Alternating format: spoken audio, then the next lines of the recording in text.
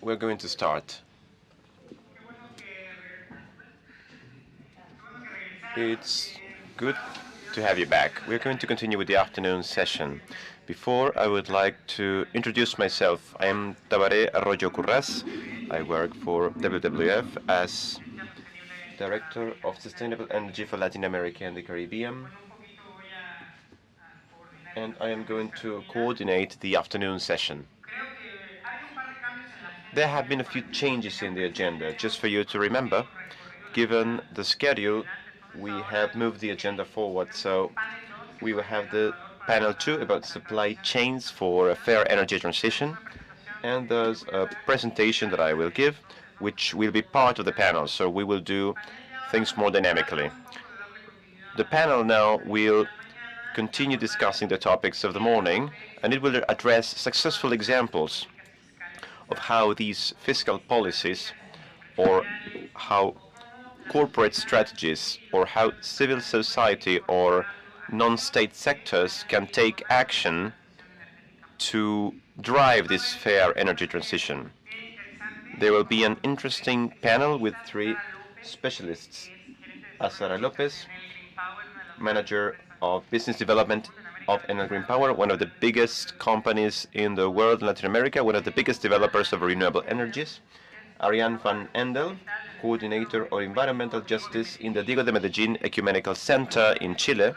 She will share with us the perspective of faith communities and the work that they are doing in terms of energy transition. And finally, the moderator will have a facilitator role in this conversation. And we are very proud to have her. I'm very proud that this is just a women's panel, because this morning we had an men-only panel. Ana Sanchez is representative of sustainable employment. So the point of this panel is to engage in a dialogue about examples of cases which are driving the agenda of energy transformation. By way of introduction, I would like to tell you that in the morning we had a great presentation by Annabella explaining to us the definition of fair energy transition. And nowadays, everyone has their own definition of a fair energy transition, so we should not miss the opportunity as a civil society and as an environmental civil organization, WWF, to provide some ideas. So, very briefly, I would like to give you a definition of what we are starting to see, because this is not an institutional policy. What is a fair energy transition for us?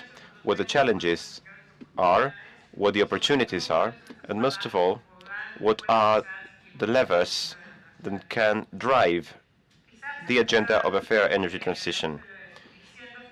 We should start by saying that there are 2 elements. Here, there's the motion part and the justice part. I would like to talk a little bit about justice.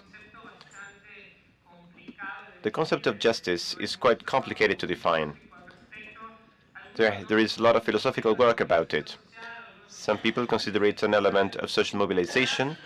Others consider it a moral norm. We prefer to view justice as an institutional virtue of society, and most of all, an institutional virtue of society targeted at what we would define as delivering what is deserved in terms of energy.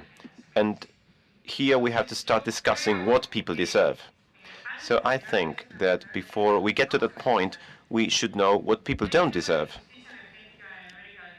There is an issue of energy injustice in Latin America. 25 million Latin Americans still don't have access to electricity. There are over 1 billion in the world. 65 million Latin Americans are still dependent on traditional biomass for energy purposes, basically for cooking, for heating purposes, and an extremely high number of premature death associated to interior contamination due to the burning of inefficient fuels, but also due to exterior contamination.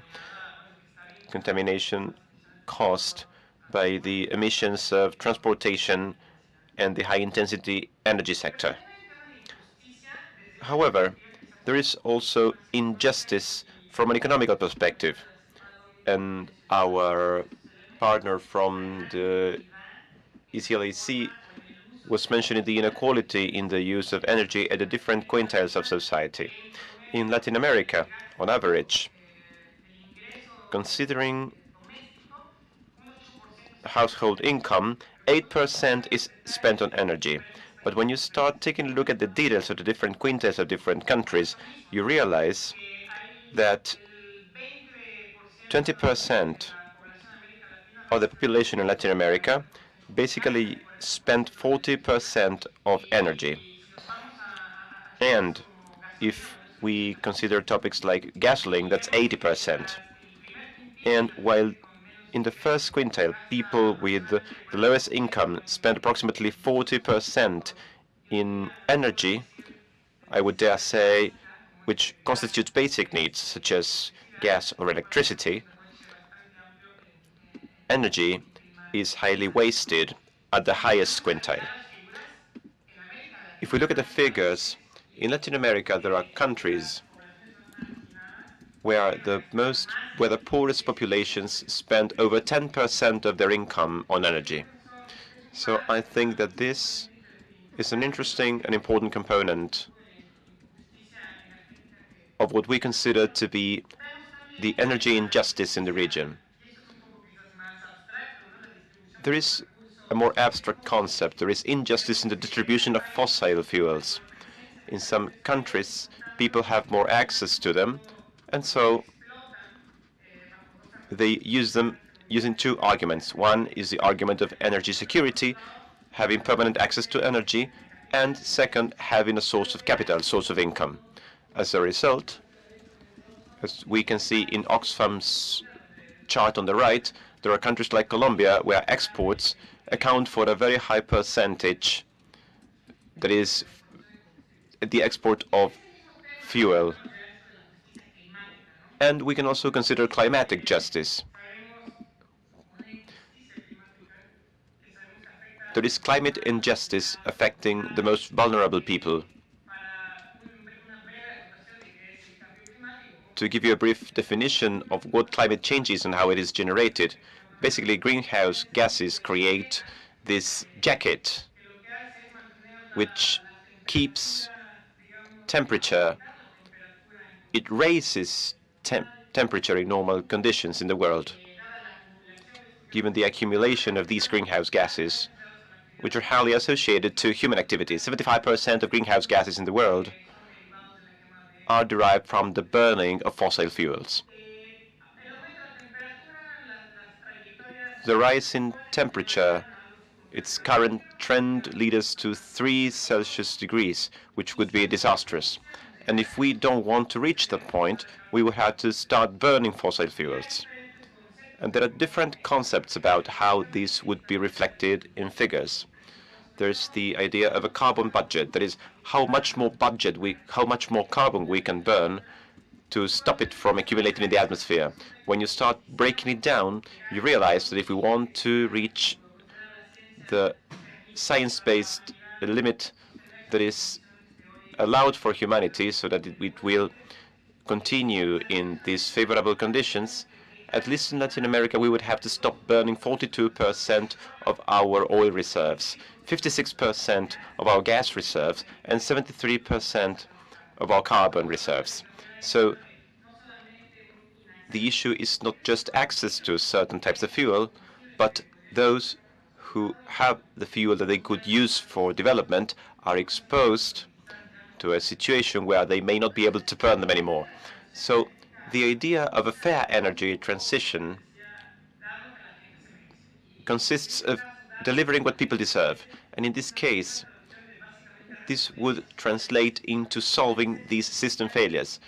The problem of energy access, the lack of economic opportunities to have modern quality energy and clean energy, and most of all, we should replace the wealth of fossil fuels with another kind of wealth, such as capital skills, or new governance models. Basically, this is the premise of a sustainable economy, where the relationship of society to resources is holistic, harmonic, where resources are not just raw material, but also the cornerstone of the preservation of life and the reservoir of life, a reservoir of the accumulation of the toxins that as society we produce. A sustainable economy where employment does not consist of drawing productive energy, but also channeling force for the benefit of society itself. And society should be understood as a whole, that is involving all state and non-state actors, corporations, government, the academia, and so on. Finally, a culture that involves respecting resources and understanding the importance of preserving them in terms of biodiversity. This is an important natural capital. A fair energy transition can it occur under the current governance structures and economic structures? If we take a look at Latin America, this is one of the most unequal regions. Recently, our fellow countrywoman Barcelona was saying that 10% of the population in Latin America owns 70% of the wealth generated. So we are not so distant from that meme saying that wealth is owned by 1% of the people. So historically, society has moved. This chart is a bit complicated, but it describes the Human Development Index as compared to the environmental impact. We can see that Latin American countries, to a certain extent, tend to grow their Human Development Index at the expense of a greater impact on the environment. We have been seeing this trend for 20 years. Today, this translates into the way our productive economic activity is exceeding the planet's biocapacity. And renewable sources generate employment, but what kind of jobs and for whom are those jobs, and how can we manage those jobs? So one of the great barriers is that it's true that in this transition, some people will be affected. And to a greater or lesser extent, this will depend on how we manage the distributional impact. My response is that it's not possible to have a fair energy transition under the current paradigm. That's why it's important for us as a civil organization to start transforming the structure, to start creating a new paradigm. On the one hand, it should be driven by the link between actors, consistency between the future visions. Somebody was saying that we can't agree on our vision of renewable energy, of sustainable structure. We have different understandings, so it's important to have a common vision. It's important to favor structural changes, not just top-down, but also bottom-up.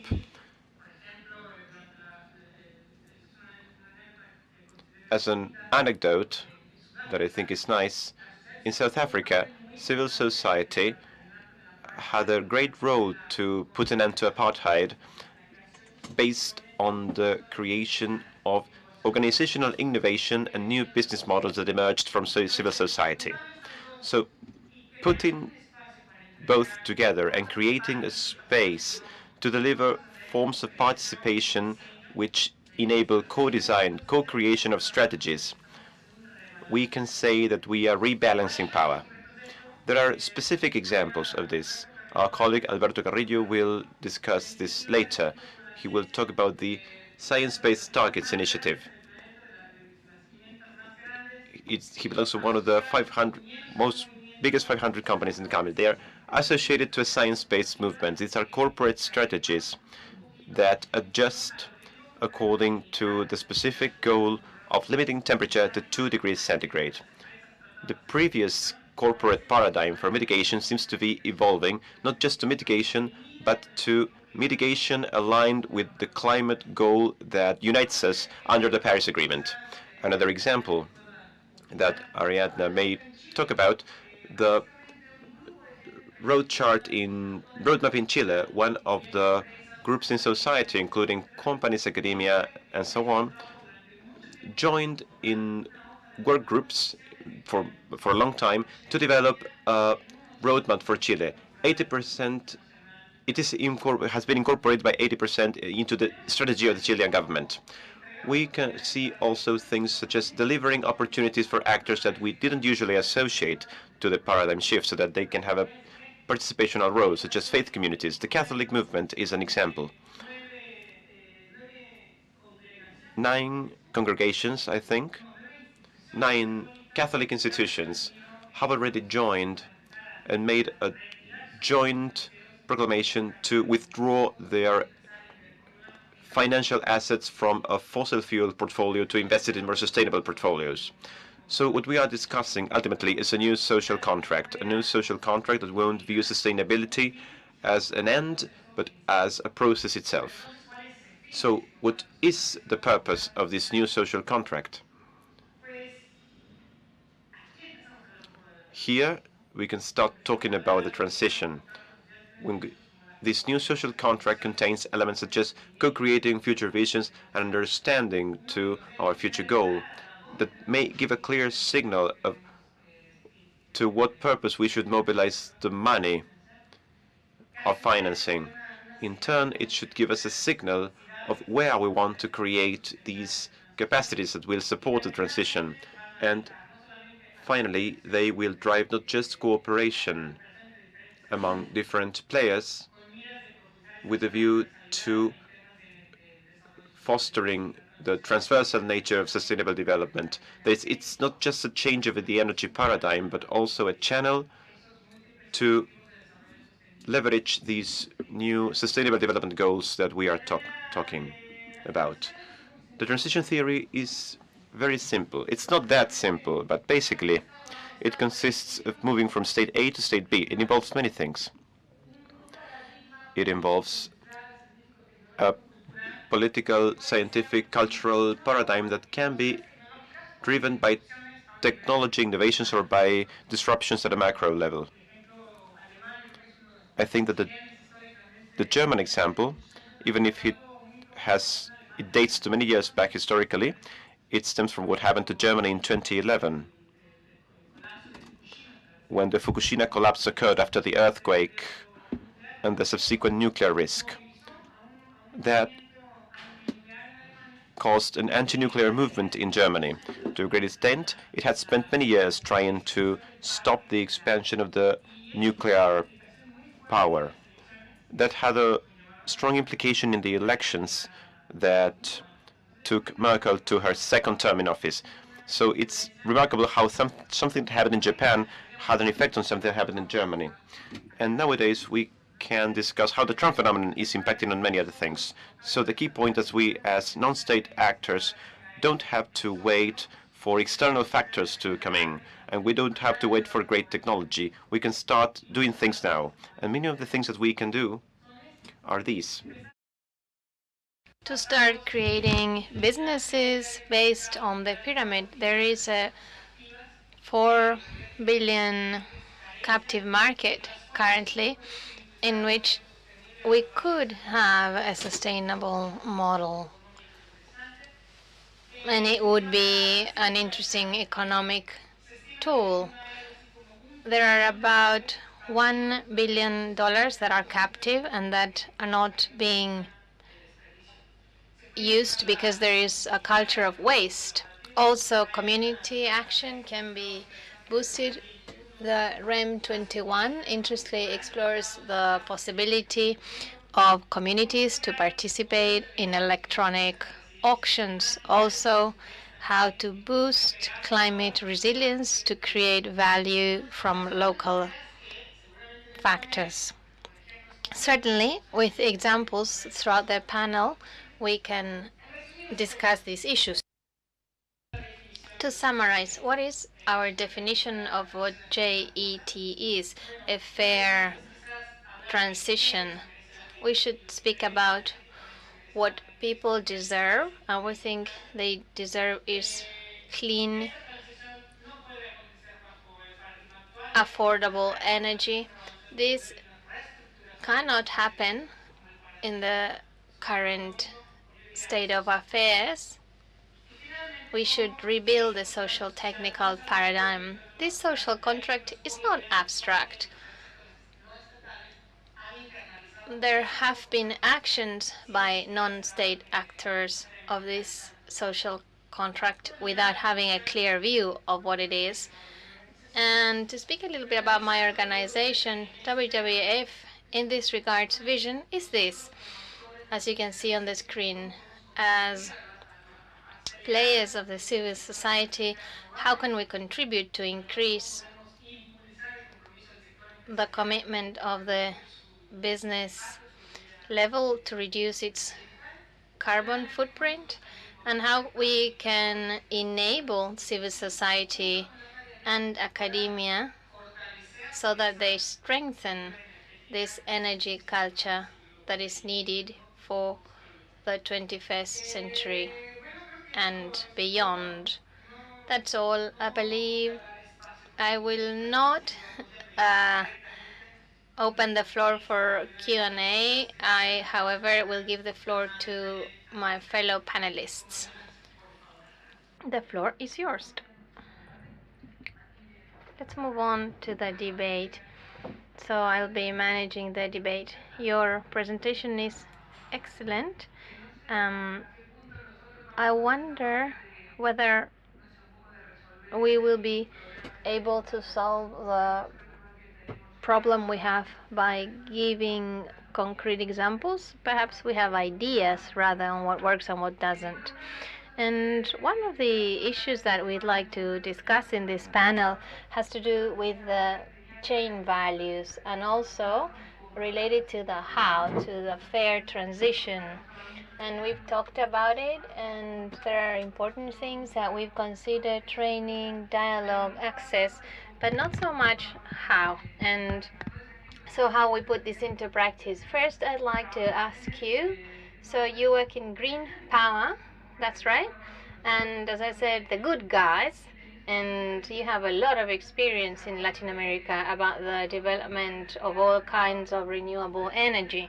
So I'd like to know what your viewpoint is, what you think works, so that a company such as yours decides to invest in renewables rather than something else, whether this is only guided by an economic criteria, and if you can refer to the value chain in particular. Good afternoon, everyone, and thank you so much for the invitation. I'll introduce my group. The group is one of the greatest utilities in generating, distributing energy. We are present in over 40 countries worldwide, and with an energy matrix that is quite diversified at technological and geographical level. Technologically, I mean that our installed capacity is over 100,000 megawatts, and from these 90,000, 36 come from renewable sources, and the rest is what we call conventional sources of energy, that is fossil fuel. And this has a clear objective in the short and medium term to get to a decarbonization of our energy matrix. And we've made a clear decision in these 60,000 megawatts that we have operating today through fossil fuels. So that's just as a reference. I work in Enel Green Power. We are devoted to developing renewable sources, unconventional, that are called here, I believe. I think they are conventional by now in other continents at least, but that's how you know them here. So I think it's important to provide a definition to what is a fair energy transition for our group.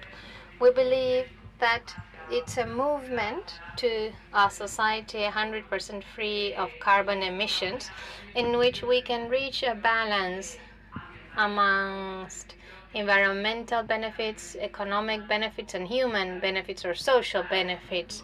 For us, it is a dynamic context that must be adapted to every society and every country based on their needs.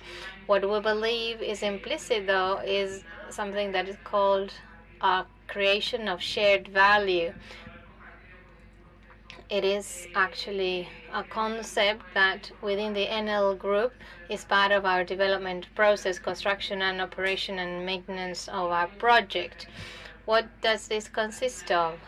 Shared value. It consists of identifying business opportunities that might solve problems of the communities in which we will develop our projects, always reaching self-sustainability, that is to say, a balance, an economic balance and also a social balance.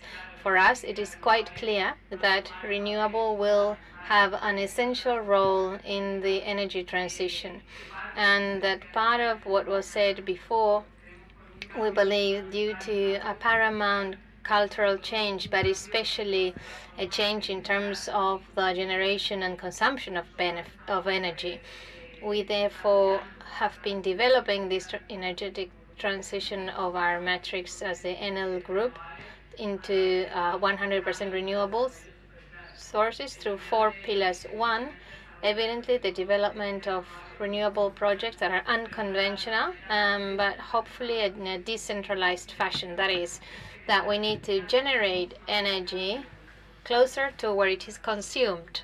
And for us, this is a key issue. Secondly, and it's quite remarkable to observe that the increase of demand from here to 2050 is only 4%. And why? Because we believe that energy efficiency must be empowered, and this will be key to the transition. Thirdly, renewable energies are renewed where there are resources, biomass, heat, sun, wind, and sometimes this is not in tune to the demand curve of a certain country. So we must invest, we must contribute so that all technologies for energy storage are developed. This is one other issue that is quite key for us.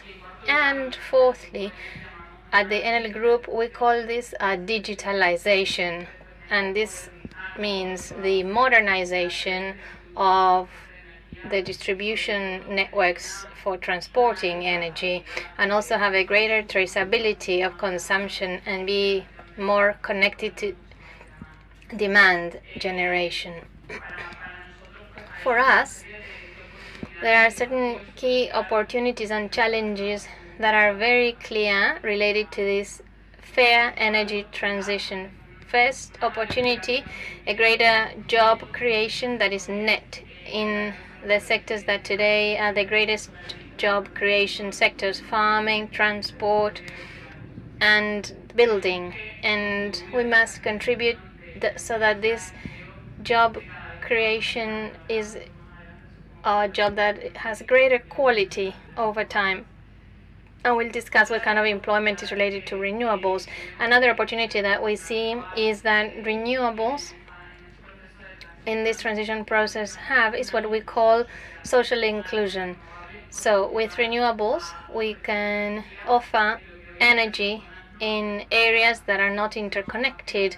It is easier to do distributed energy with wind, biomass, rather than to take another fossil fuel to isolated areas. Of course, for us, this also involves some clear challenges, and I believe the idea here is to provide solutions. The first is that what are we going to do with all the jobs that today create fossil fuel energy? What solution are we going to provide them, these people who work in the field? And also we have a need for adaptation of society to this climate change. Tabaré had made reference to the levers that we think will be necessary in order to have a fair energy transition. Then I would focus on 3 main axes. The first and foremost is developing a clear energy policy. When we say we want a fair transition, a transition to what? What is the goal? Not all countries have followed all the sustainable goals in a clear fashion. And when I say clear fashion, I mean, what does Argentina want to do in the short, mid, and long term? How does Argentina want to have their energy matrix made up of? And not all countries in South America have it. I work in Colombia, and Colombia has another thermal matrix that is 70% of the energy comes from hydroelectrical sources, and the rest use of fossil fuels.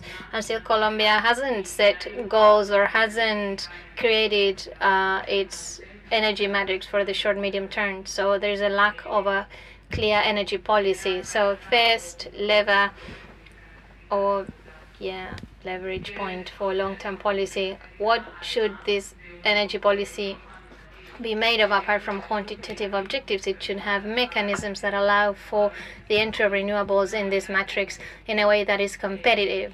And here I'd like to mention another important issue that has to do with the paradigms or myths that still revolve around renewables. Renewables are expensive, renewables are not predictable, and they can't contribute to technological diversification. I lay on the table the figures of the last auctions that we have had in terms of energy in the world. The prices that today we've witnessed a record for the photovoltaic energy, and energy $20 the megawatt has been allocated. So that's quite lower costs of energy in Argentina at this time. Why is this possible? Because beyond this, there has been a regulation long term that has allowed us to hire long-term energy. So regulation and energy policies are the first lever, and the second is training. Of course, how are we gonna create quality jobs if people are not aware or are not able to work in renewable energies? We must have a clear training policy, and this is not related to special courses, but a change in the educational system that is deeper. And finally, and then I will stop talking, and related to what was said before, we need a fiscal policy that will allow for sharing the costs of this energy transition amongst the three main sectors of society: the state, private companies, and the final consumer. So it has to be a cross-cutting shared cost policy. Perhaps you'd like to make a reference to the chain values. One of the things that has come up before had to do with employment, and also regarding this issue that Argentina or any other country can decide to increase the percentage of photovoltaic energy. This will mean creating green jobs in China, because that's where the solar panels are fabricated. So the energy companies trying to localize this value change. Perhaps you'd like to comment on this now or later? We must be clear about something. Renewable energies themselves, the direct creation of jobs of non-conventional renewables is quite low. Let's not forget about the advantages of renewable energies. Besides competitive costs, they involve projects with time to EBITDA. They have very short return projects. A solar photovoltaic energy project is developed in 1 year, it is constructed in the following year, and in the third year it's operational. So the entire construction phase, it can reach 400 people peaks, but this is during a very short period for 90 megawatts. So I would like to make this clear. And then there's the phase of operation and maintenance. It does not create so many jobs. Photovoltaic 100 megawatts solar station can be operated with 5 jobs. So I think that the challenge for our sector is precisely what I was saying at the beginning, creating this shared value. We, as a corporation, I will spend at least 30 years in a community. I must contribute to that community's socio-economic development. I have to identify those communities' needs beyond energy. For us, This is the key, and the key to create shared value.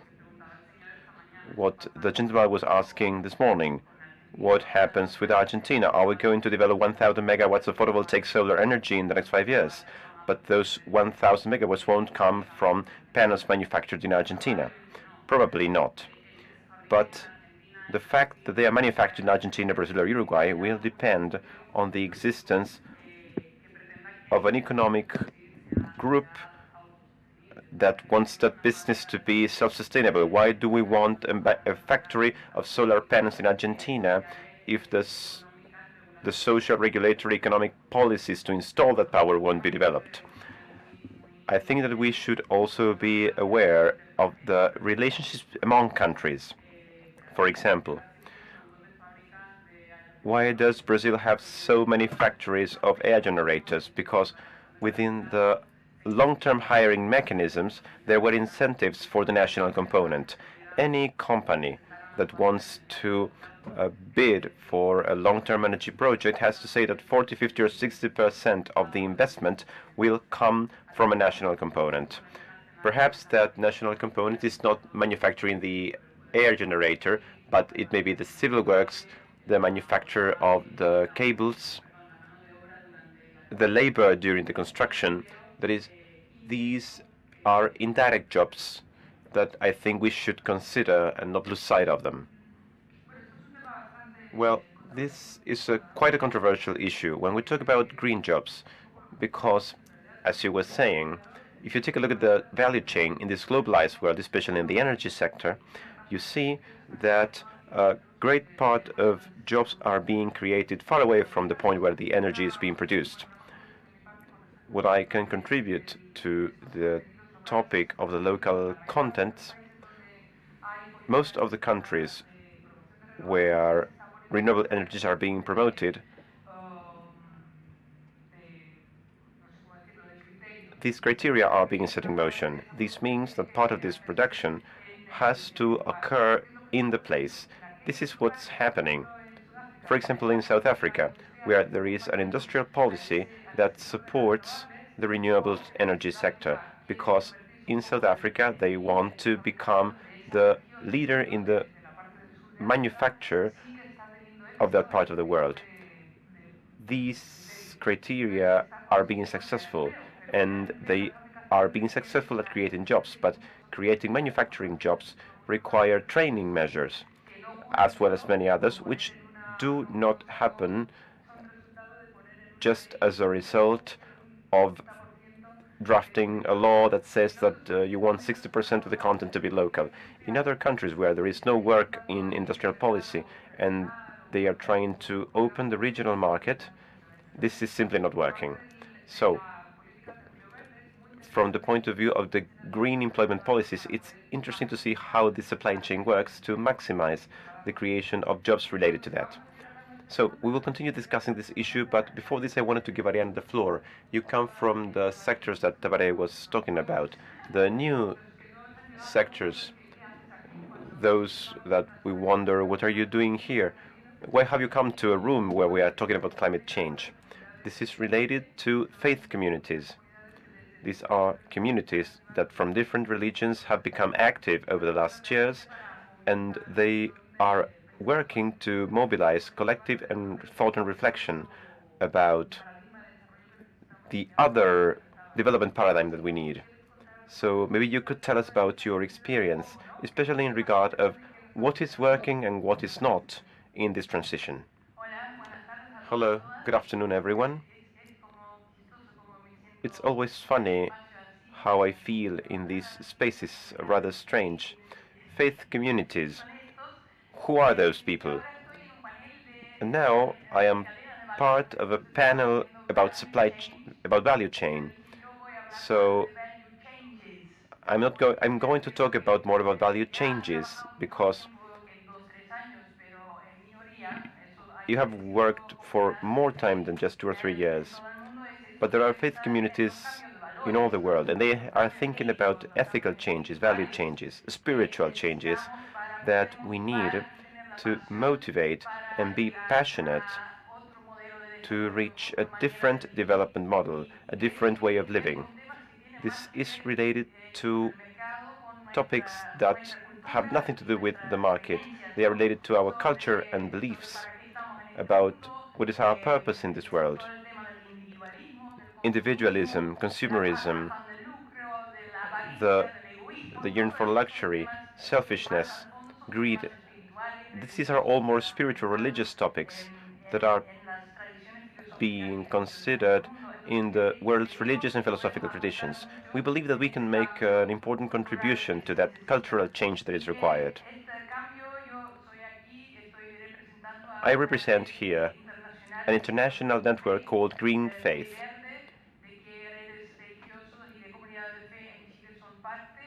In Chile, there are religious communities and religious people who are part of this network. It promotes religious traditions so that they will have a voice in this issue. They are convinced that the urgent change that we need cannot be made to happen only with technological solutions or market solutions. These must go hand in hand with a change of a modern mindset that separates human beings from the land. It separates them from culture and from what we believe as human beings, from the natural world. This view does not see us as part of the ecosystems or the earth. It sees the earth as our property. I think many of the discourses that we give here and the economic language continues to be the ultimate motivation to make these changes. And I think that we need to find other narratives too, to motivate people. There is a philosopher, Richman, who says that maybe, for the time being, given the urgency of this change, we need almost religious beliefs to reach them. There are some people who, due to religious reasons, because God wants to, are willing to give their life for such a thing. And we need kind of that right now. Some people are willing to give their lives for the change we need. And in Latin America, regrettably, there are many people who have given their lives because there are many corporations, regrettably still, who want to make people who fight for the defense of life disappear. And Latin America has one of the highest figures of people killed in struggles due to environmental and social conflicts, especially indigenous people. Pope Francis says in his famous encyclical Laudato Si, which has been a great driving force for this movement, that with each undertaking we must ask ourselves a number of questions. What for? Why? When? Where? How? For whom? What are the risks? To what cost? And who is going to pay for the costs? That's Laudato Si 185.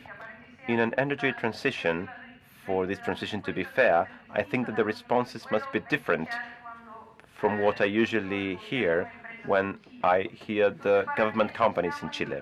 So why do we need that? We need that to avoid power outages, so that we won't have to import energy from Argentina, so that we won't be as dependent from Bolivian gas, so that mining may continue to operate, so that our economy may continue to be competitive. And why? Because now renewable energies are at a good price, because there is financial support from Germany, because companies are asking for it. How and when? When there is an interest of foreign investors, when prices are low. How? With great industrial projects in Atacama, so that we may be a great example as a country in renewable energy. As a result, this discourse, which is strictly economic, we continue to be trapped in this discourse if we think that this is the motivation. This will not cause a fair transition, because so far market systems have not created fair energy systems. We have seen this. The transition can only be fair if we accept that our current model, apart from being contaminant, is unequal and unfair for many communities, among these communities, especially the indigenous peoples and women. Women in the world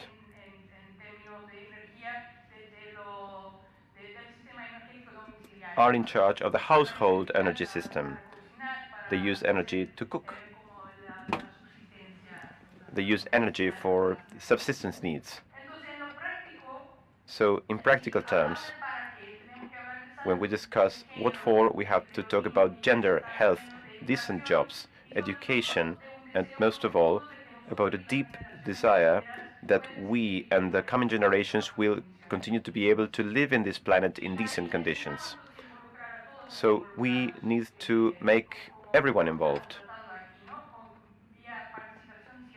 We need to involve real citizen participation under cooperation criteria instead of competition,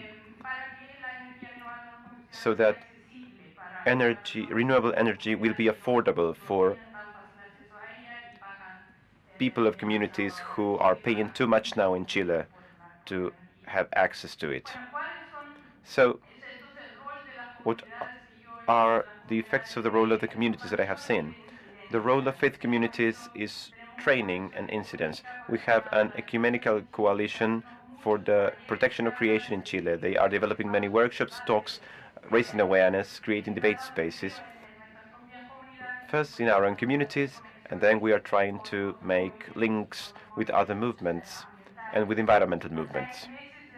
6 months of the COP21 in Green Faith, in many countries we developed simultaneous public actions under the name of Sacred Land, demanding governments to be more ambitious in their policies to make the average temperature not to increase beyond 2%. And in public statements we have said that the land is sacred, and we are concerned about the people who are being affected already by climate change, because there aren't two crises. There is a big social and environmental crisis because the poorest people suffer the most from the consequences. We are seeing great convergence of leaders of different faith communities. In May, there was convergence in Rio de Janeiro with 60 young people from communities of 11 different religions from 18 countries in Latin America, so that they will continue to raise awareness in their communities about this topic. And in Chile, particularly, we linked to an NGO's Citizens Board for Climate Change in a campaign for 100% non-conventional renewable energy for Chile for 2050.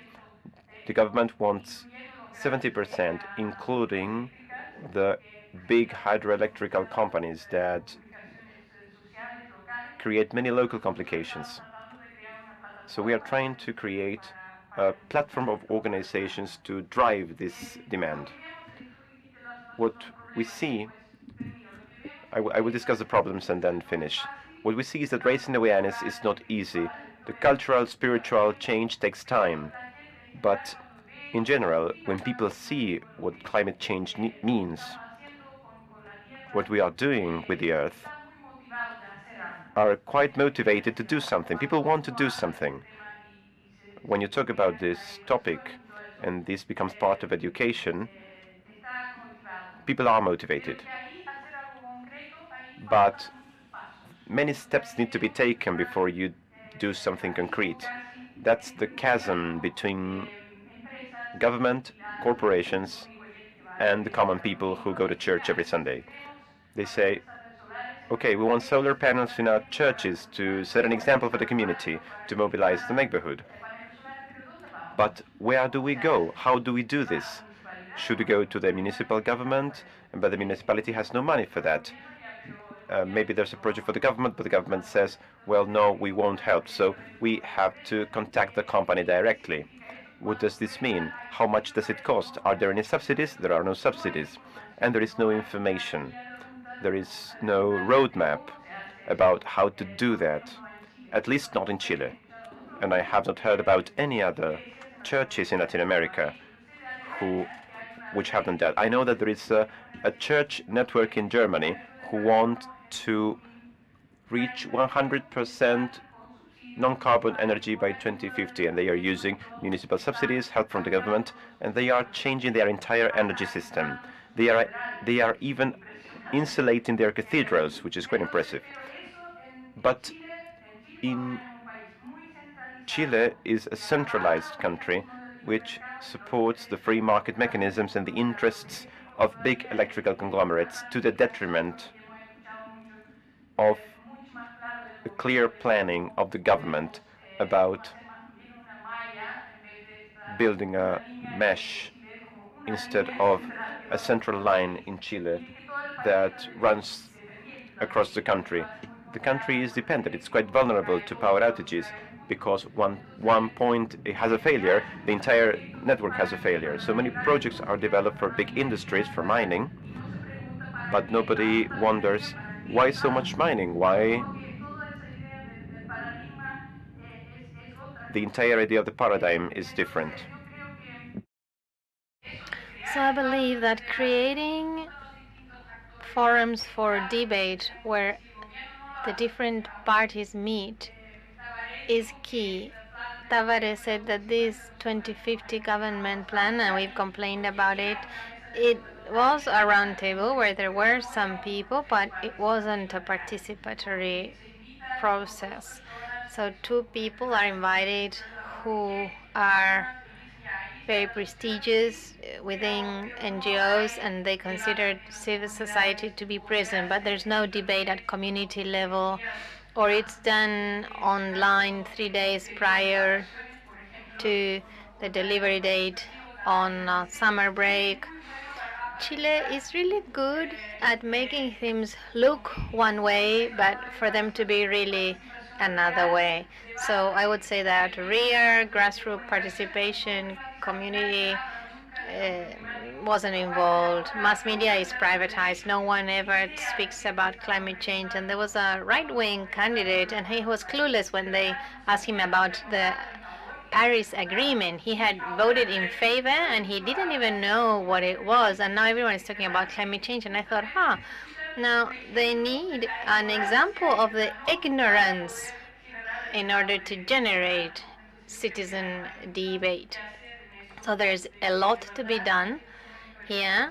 Ordinary people, the taxi drivers, people that you see in the street,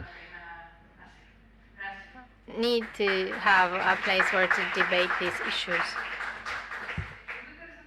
Actually, in case of lack of information, it's quite interesting because this could also be sustainable food or efficient construction rather than energy, and where the same happens. So if you speak with the educational community and you wish to bring towards families, people, young people, university, this kind of practical solution, it is quite hard. So if you wish to have your network, you're part of the teacher parent association, or you're a principal and want to have an eco school, you also go through the same thing. You need to do a lot of work in order to be able to do something. So this lack of information regarding sustainability issues, and as you said, have an influence on transition.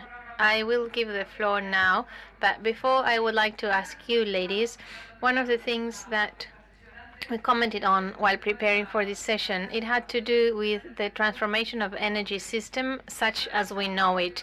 And one of the things that we observed that is happening in most of the countries that are using renewables in the world, in Latin America too, we are substituting a way in which we will do energy that is great plants, lots of megawatts, and from then on we move on to other places of consumption. So we are changing the color of how energy is being made, and that is great because we are reducing emissions. So environmental level, that is good. However, there's something lacking, as you are saying, a space for debate. That is your role in all this transformation of the energy system. What is it? What kind of energy do you want? How can you have this energy to be more fair, that there are no energy poverty, access problems? So from your viewpoint, how do you see it? So you made reference also to a more decentralized energy.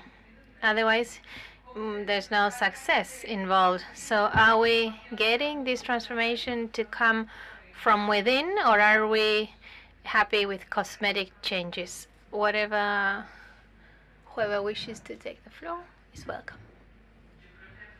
I believe that at the end of the day, the solution has to do with what we spoke about earlier, finding a balance between the two ways of generating energy. They will continue to be necessary. So 200, 300, 400 megawatt plants of photovoltaic energy will still continue to be necessary. This is so because it's a scale economy. The greater the size of the plant, the lower my investment cost and the cheaper the energy will be. So that will work in some countries and in some areas of that country. But of course, this has to be complemented with the generation distributed or decentralized. There is a project that I love to talk about that is a flag project, and it's got all these elements. This is a project that we have conducted together with Barefoot College, an NGO from India. We have trained grandmothers.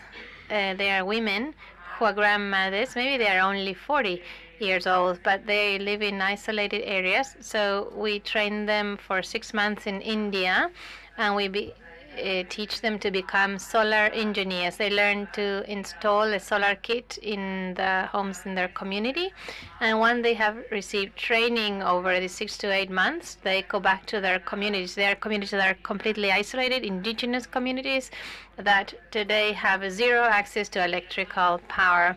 They are responsible for installing in every house in their community this solar panel. So it's got a backup with a little battery. It's a sustainable, self-sustainable project because it means that women are employed in this case. And then how does the business model work? Every inhabitant of the community pays a monthly installment, and this monthly installment is used for paying for the salaries of the solar engineers and to pay for the operation and maintenance of the plant.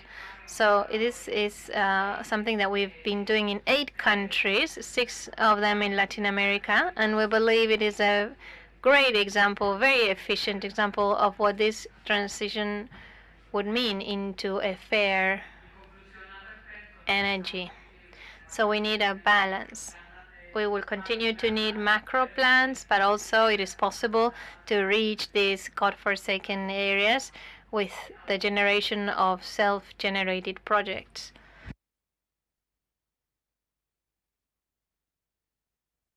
Right, I quite agree with that. I think there is a lack of balance at the moment.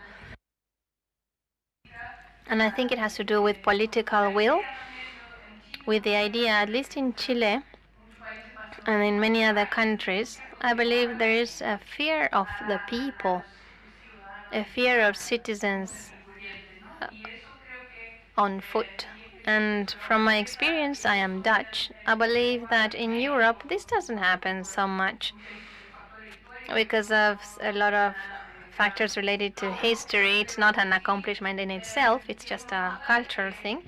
We observe that there is more horizontal communication between the different sectors. So this idea of opening up autonomy, independence to the community causes fear because it can go to the detriment of interests of people who make a lot of money with the current system. And that must be said as well. The concentration of wealth of the great electrical conglomerates in Chile is self-evident. And also, we must have a policy that is not backward, because currently in Latin America the policies are backward. They are behind technological advances which are happening at great speed. So they're saying, oh, look, there's investment. That's where we're going. So we need long-term planning. as we have heard before. And that's the way we want to take. It's not that we go for 70% of renewable energy because that's probably possible according to economic statistics at the time. No, not because it's going to be possible, but because that's what we want. And the lack of information of population means that there's not critical mass asking for it. So the governments are lagging behind and they're following companies, and the companies are dictating what can be done or not. So if the companies are not interested in that may not be so profitable for them. So there must be a government that will say, we choose the people, and that's why we draw a line. We have regulations, taxes, whatnot, in order to favor this new model. And this is in high need, but also that's our power with votes and so on. But as I said, political will is involved. Raise your hands, please. 2, 3. And let's start with these 4. And este señor que nos ha levantado la mano primero y luego ya vemos si hay otro turno. Algo para yeah, something for Tabaré, who was first. Sergio González from Argentine Workers Central. And the issue of deserving, I believe I understand how you mean, but perhaps rather than deserving, we should have to speak of the right to access to energy, because deserving can take us to other fields, and who defines who deserves and who doesn't, and that leads us to a social conflict, just a solution. And as Ariane was saying,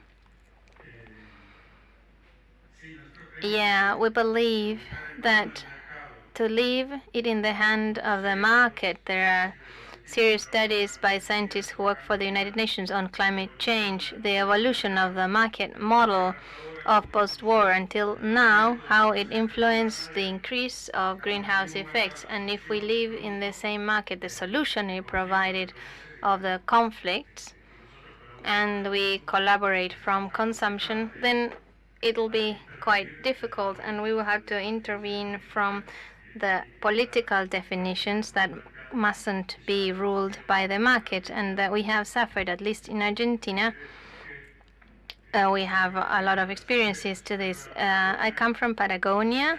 I'm a teacher, and there are rural schools in Patagonia, 20k from a plant that has 12 people operating it, and they are godparents of these schools, and they don't have any electricity. They burn gas oil and in order to have some kind of power, and the sponsors don't use the necessary wiring in order for them to have electricity. So this will definitely leave aside everyone who lives in the periphery. And I think we don't have enough power of consumption so that the market brings solutions.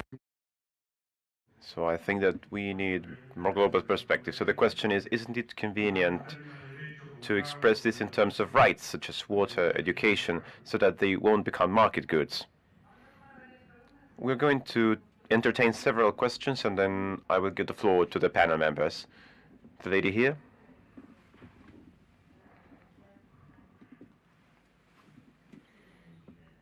Silvia de Chile from the University of Buenos Aires.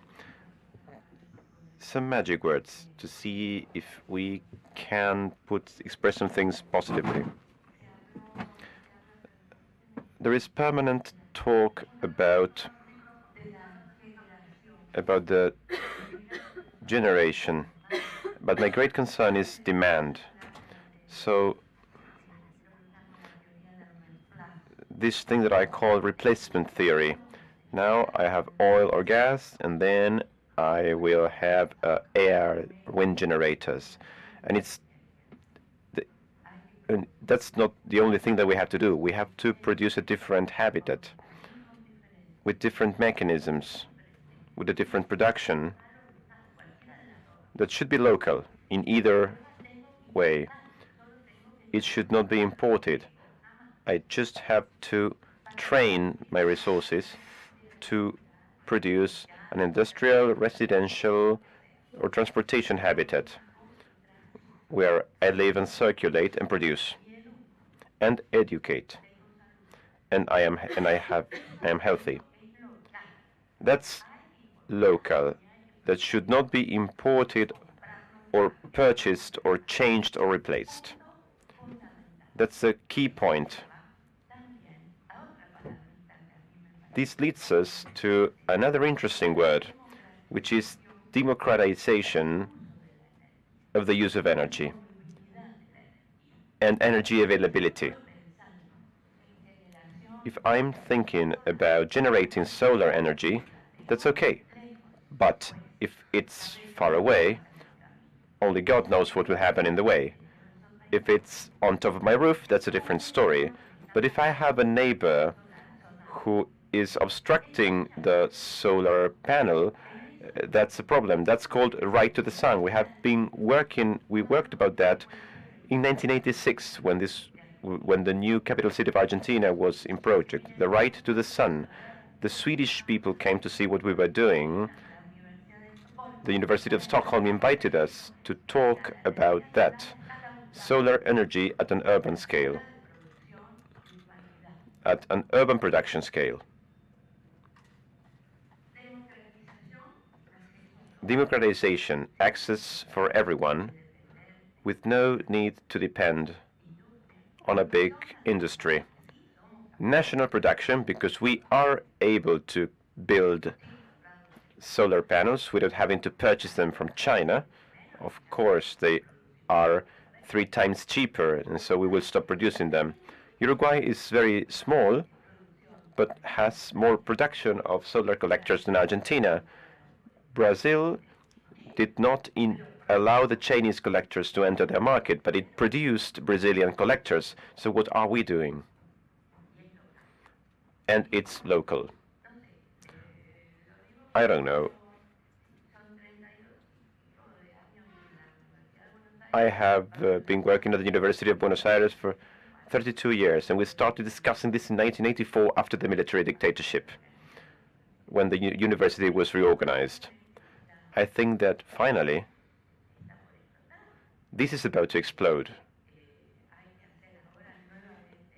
Because now, again, we need to design energy policies at universities. There are no mandatory subjects at any Argentinian university about energy.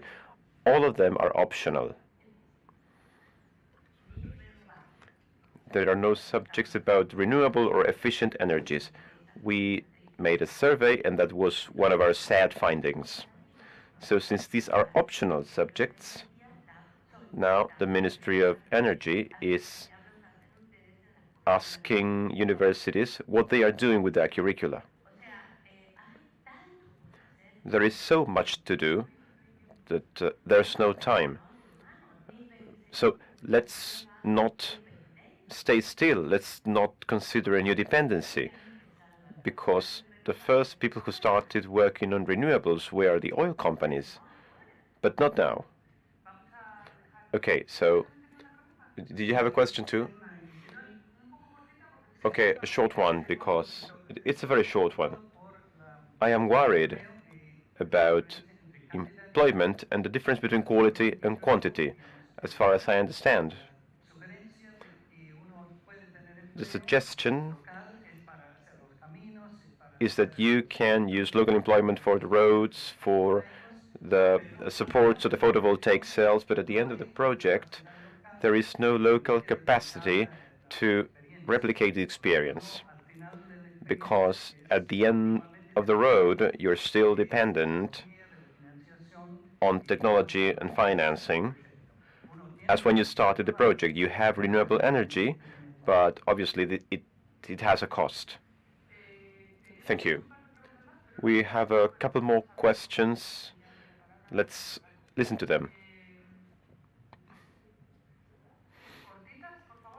Please state your questions briefly, if possible. I don't know if I will be able. So let's try. I am 82 years old. Here in Argentina, 30 years, there was an Association of Promotion of Agro-Industrial and Ecological Producers. We founded 4 communities, but we weren't able to make progress because we were not understood, because there was no support to cooperatives. Countryside cooperatives would turn 50 years on that year. That cooperative was built by 117 dairy farm men who were illiterate, most of them. It was founded in Engineer Saraceno, Dominguez and West developed this community, which is self-supporting. And today it exports strawberries, lemons to the world.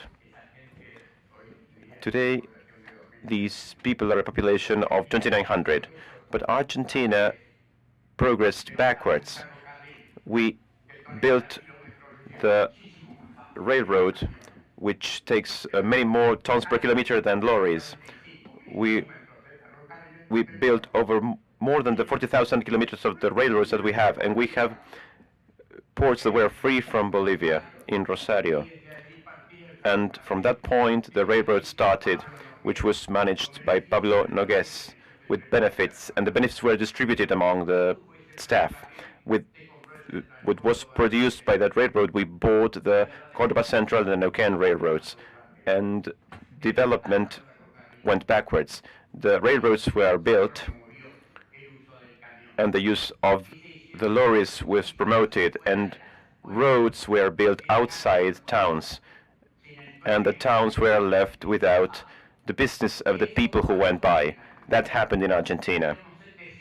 We would have 750,000 windmills that provided water to a number of cattle which was greater than the country's population. And we had those windmills at a social level because there were practically no house in the countryside without a windmill. Everything was done the other way around.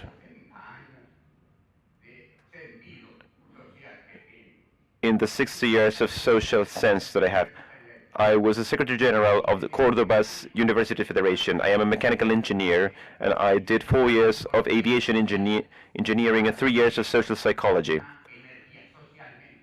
to have energy that was socially appropriate and not an accumulator of energy and then have the user as a fixed element.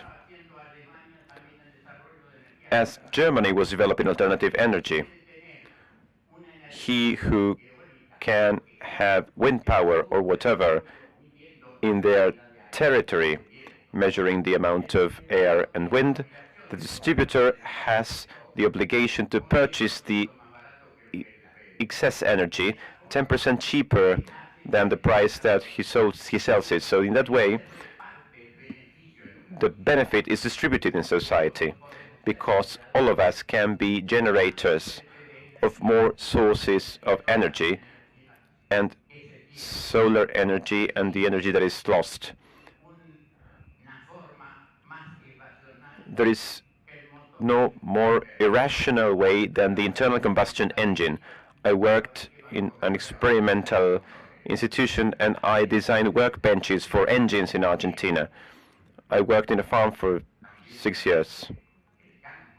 I also worked in the countryside, and I think that it is essential to create ecological agro-industrial communities distributed across the country. We have spent money on the transportation of food. We spent money on transforming food, and actually the producer of food does not receive even 10% of his work and his production. We need a distributional change of the population. There was a law that was going to generate a capital city in the interior hinterland. Okay, if there is no more time, it's not the first time that I don't have enough time. But I congratulate the people who talk about socially appropriate energy.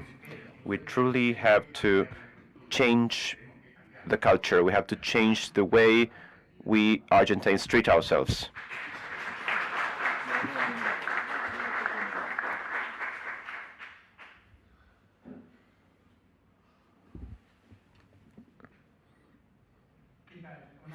Hello. One question for Asara. You mentioned clear training policies. Something that you mentioned before your definition. You said that you disagreed with courses. I don't know what kind of courses you referred to. But in Argentina, sorry, my name is Carlos Fariña. I'm the president of the Association of Renewable Energy Installators. In our association, we recognize the professional training degree, which is a 4-month or 6-month course, as like the ones you mentioned. In the case of the solar engineers, I suppose that they have professional training. And recently, there are very few places which train engineers in energy. I wanted to ask you about training policies. Thank you very much. We will start answering. Tabare, would you like to start with the issue of the right to energy? Yes, but I don't want to go into a response because probably there is much to talk about. But I would like to briefly tell you about an anecdote that happened to us in Mexico. It's not an example that will solve this query. In Mexico, we have about 25% of electricity losses associated to robbery. That is, people who refuse to pay for electricity. And so they connect with a little devil, a device, to the grid. 20%. So if you analyze life cycles and you talk about energy efficiency and emissions, I would say that those people have a right to electricity, but I imagine that there are mechanisms for that access. Nowadays, Mexico's electrification rate is the highest one in Latin America, above 99%. However, we have losses due to robbery, so I am not answering, but if it is a right, this exceeds my capabilities. Very quickly, I would like to say to the gentleman that it's true, it's not just about the quantity of employment. I wanted to show something here.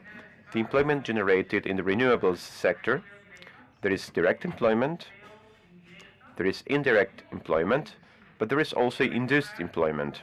And we should remember that when these projects are generated, all of this value chain is mobilized. And this is what brings us here.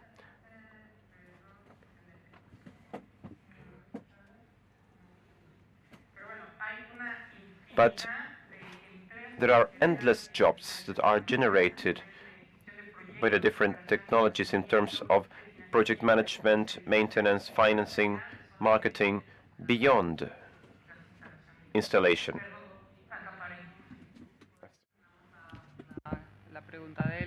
And let's finalize answering the gentleman's question. Also, the construction of a solar project with quality. Many times, we don't find a good engineer that will show you a project in which we can access a foundation. That is inexistent. And I think this is what a quality employment means, a good engineer that can identify where the wind potential, sun potential is. And that is also direct employment. Also related to a solar photovoltaic wind project. So this is one other myth, that renewable energies generate low quality employment. That's not true. We need highly qualified personnel in order to build a photovoltaic geothermal project. I will relate this to the last question. When I said that training in renewables has been atomized, I meant that it's a new training. There isn't a course of studies, or very few countries have a course of studies specifically on renewables. There are master degrees or courses, but there isn't a clear educational policy that involves all these building projects, identifying potential energy policies. There are none. So these are courses and trainings that are quite atomized. So a formal education on this level is inexistent. Also regarding training, in order to do renewable energy or any other issue related to the transition or sustainability, we need to introduce all these issues in every course of studies. That is to say, economists must understand what the role of ecosystem is, the natural capital, or as others call it, in the economic matrix of a country. As the lady was saying, there is probably a subject that they can take it or not, probably, and they should know about environmental rights, environmental law. There are many graduates who are unfamiliar with the environmental laws. So you may have professionals to defend environmental issues, but they are not very well versed on the matter. For instance, in medicine, you might think it's not related to this, but it is very much related. A doctor must understand the relation between food, drink, and how this affects your body, and how you can be healed in more natural ways than the ones we are used to in order to change the system. So part of this transformation from our side has to do with this, because it's the beginning of the tree that must blossom, and the beginning usually in most countries is that this beginning hasn't even taken place. In some of the countries that are more advanced are mostly investing in this kind of thing, but as was being said, they're doing so from an economic viewpoint. So where do we need training? We put it there. And they don't work so much in terms of teacher training. They may have this kind of preparation that can communicate, or journalists. Usually they don't know what this is about, and when they report, if you have followed the information on the Paris Agreement or the Paris Protocol or the Paris Mechanism, they will tell you whatever, and there is no sound knowledge on the issue. Let me give you the floor now. I will try to be brief. I agree. I believe that trend I hear in the comments is the desire of going back to the roots, and I think that's what's most environmentalist, to go local and to use memory. I am thankful for your testimony, sir, because in Latin America, I believe, and this is in Naomi Klein described as prior to 1980, there were many cooperatives, a lot of trends to work towards creating a better environment in terms of rivers, and this was stopped at the hands of the neoliberals and the military dictatorship. And this generates a lot of anguish in people, because we have wasted 30 years, and with the free trade agreements which are blocking a lot of countries that could produce locally. Naomi Klein also described this in Canada even. This happens. So I believe that to find a place where memory can live, this can be also free areas that we need. And that's why, as a faithful community, not also dogmatic or that we need to spread the word, but where we can talk about how we want to be human and what we have lost. Perhaps 30 years ago, there still were things that allowed for things to be more humane, and we feel better because if it's local, we have more control. If you consume less, perhaps we are happier. So when things are more simple, So this indeed calls for a paradigm change that is not so old. This paradigm was established 30 years ago, and I'm not saying there is no progress, there is nothing gained. We don't need to go back to prehistorical times, but we need to recover quantity of work. How many hours a day people work? 15 hours a day for peanuts. So to lower the hours of work every day in order to see if everyone can have a dignified job, a decent job, with all the machinery, there will be less man-hour needed. So perhaps we should talk about a basic need. Experiments are being conducted in the United Kingdom. Social protection is needed in order to develop other things that are more innovative. And these are huge changes in the system. And I believe we need these changes, but for them we need social dialogue on what we want to recover. Should be discussed.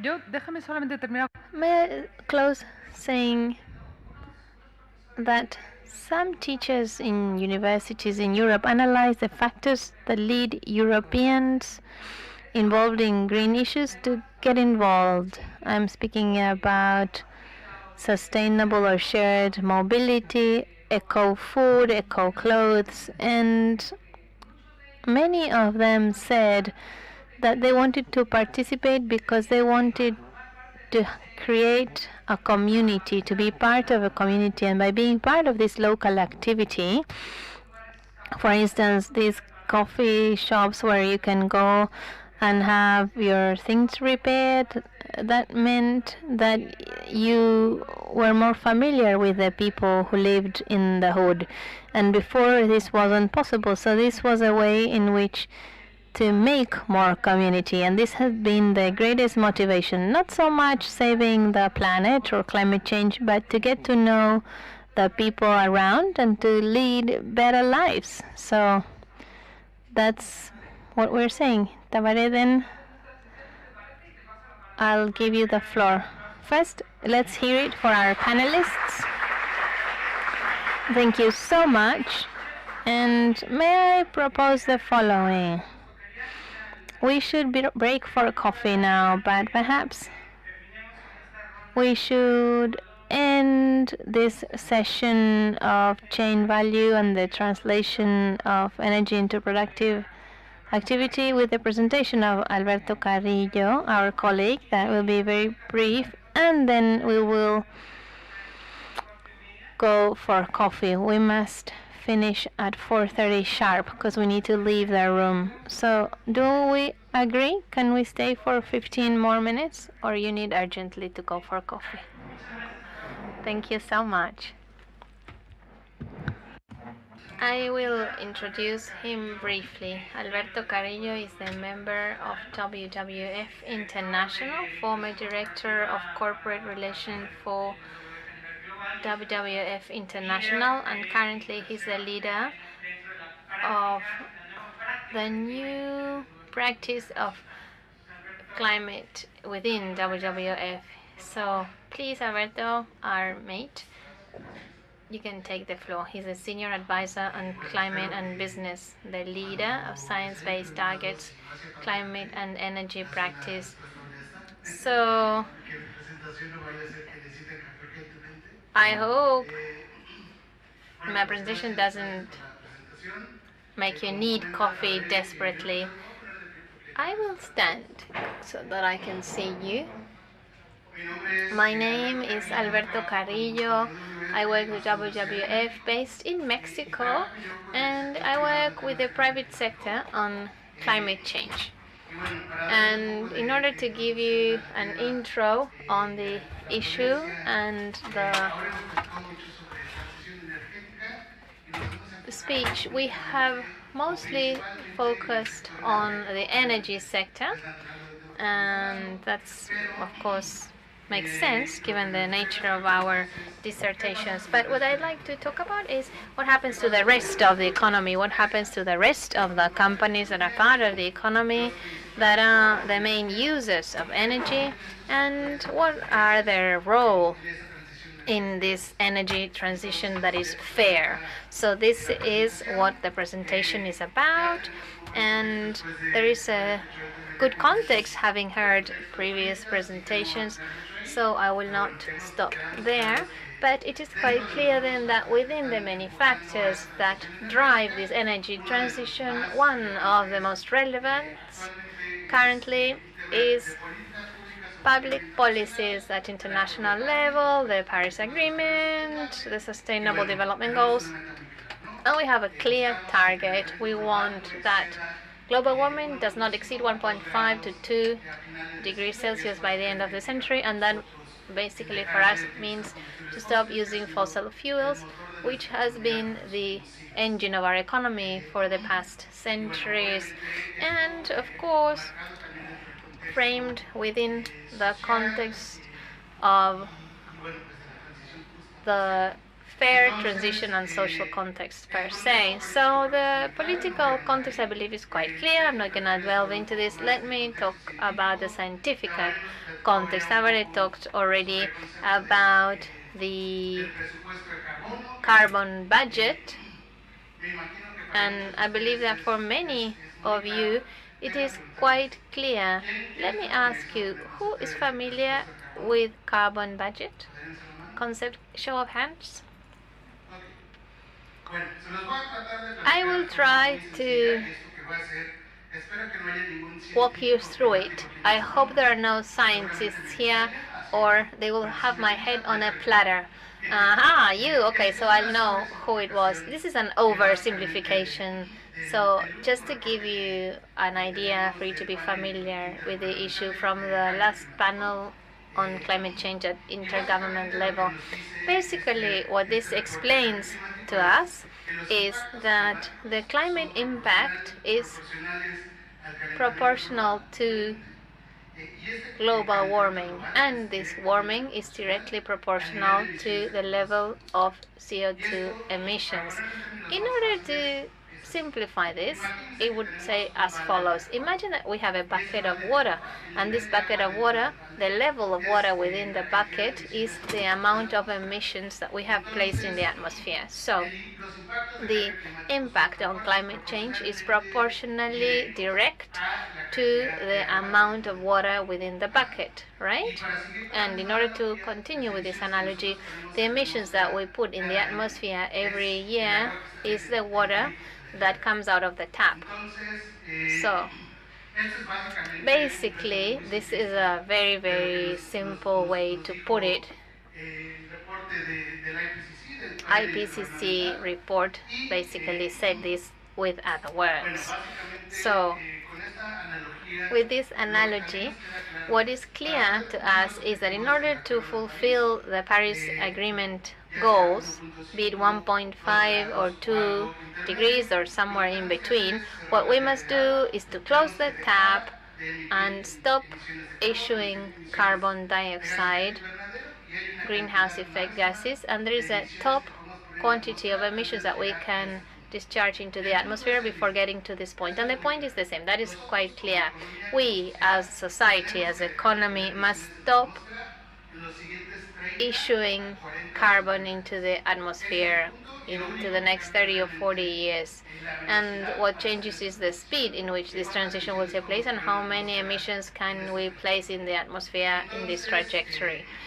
So basically, this is the analogy that I talked to you about, and of course, depending on whether it's 1.5, 1.7, 2, the amount of emissions that will take place, and the level of climate impact that we'll have. But the concept is the same. So, Bearing this in mind, and as I was saying in the presentation, the question is, what does this mean for the different industrial sectors involved and the economic sectors involved? And let me give you some trends. Apart from the trends and climate change and energy transition that are quite relevant, the first is the population growth. Population is expected to grow to 9 or 10 billion people in 2050. That is 2 to 3 billion people more that will be sharing the same natural resources in the next 3 decades. And as a point of reference, this is 3 to 5 times the population of Latin America. So that's the amount of newborns in the next 3 decades. And the second trend is in terms of economy, it is expected to grow by 2050 3 to 4 times larger than the economy today. So this can be translated as a certain consumption level that will continue to increase, so 3 to 4 times larger than the economy today. And we can see this as populational growth or economic growth, and this will mean that there will be an additional challenge to the challenge that we already have in order to do this transition. Let me give you some additional data from other sectors. For instance, in terms of construction of buildings, in the next years, the volume of buildings is expected to grow by 150% over the next 40 years. This means that every month over the next 4 years, there will be an additional equivalent to the current building stock in New York. In terms of transport, personal mobility is expected to double, and goods and services will increase by at least 300%. It will triple over the next 40 years. And of course, this is just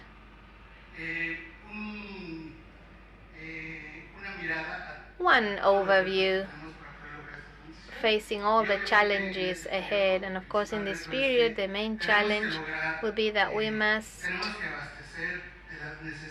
be self-sufficient in supplying this growing economy and growing population, and we must stop using fossil fuels. And as this demand of the different products grows, also for houses, transport, and so on, we must find a way to not depend on fossil fuels. So there is a concept that goes well in a development by UNIDO that has to do with the climate resilient industrial transformation, and basically speaks about all these efforts in the different economic sectors, not only energy, and it has to do with the development on the one hand in order to reduce and finally stop the dependence on fossil fuels, and also to respond to the climate change impacts that will take place while this transition takes place. And also, there are some different ways to achieve this transition, and the key here is precisely to manage to get it so that it can combine with the other development of sustainable goals.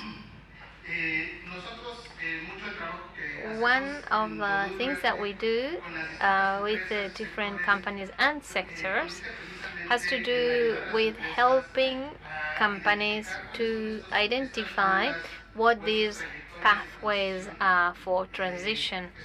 And we're speaking about long time, apparently 30 years, but it's not so much when you think about the level of transformation that can occur in 30 years. I like to think that most people in the room were here 30 years ago on this planet, with the exception of a few youngsters, and that's not a long time. And look how much things have changed in these 30 years. I don't think it has changed at the level that we are foreseeing for the next 30 years. It is a significant challenge. Just to give you a few examples of the transformations that are expected in the sectors, the clearest ones and the one that we've talked about the most is the electrical sector, in which we need to stop generating emissions of carbon dioxide. And in the next 30 years, basically. And as Santiago was saying, one morning, WWF, we thought that the best pathway is through renewable energy. In the road transport sector, it's the same. Basically, according to a report by the National Agency for Energy, they believe that by 2060, 90% of all cars on the road are going to be plug-in electric cars. And for countries that have a high investment in the manufacture of cars and car parts, this is quite relevant. It is a trend that we are seeing more and more in many countries, in many cities.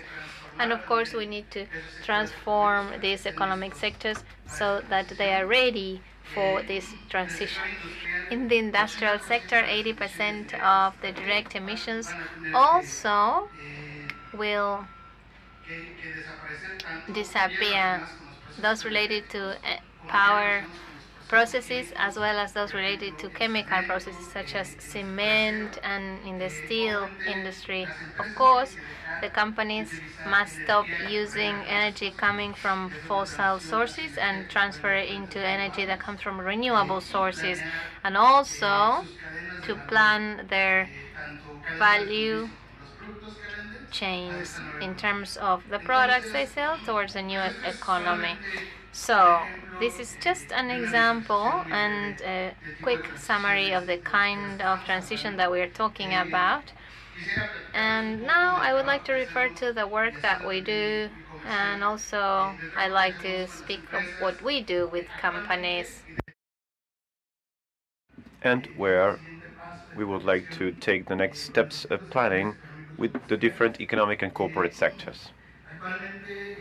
Currently, as Tavares was saying, we have an initiative that is called Science-Based Targets, which basically consists of a joint initiative among WWF and CDP,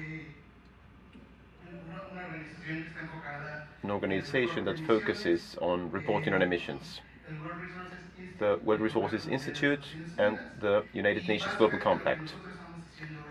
What we did was to start building these transition roads for different economic sectors, and then we started working individually with companies so that they would adopt emission reduction targets that would be consistent with these transformation roads, which in turn are consistent with the Paris Agreement goals. So far, 274 companies have joined this initiative. To give you an idea, these 274 companies, if they were a country, their emissions would be equivalent to one of the 10 most contaminant countries in the world. They have an important impact. And economically, these companies have an economic weight that is equivalent to the Tokyo Stock Exchange. They are distributed across 15 different sectors in 33 different countries. I'm not sure whether there is a company in Argentina which has joined this initiative.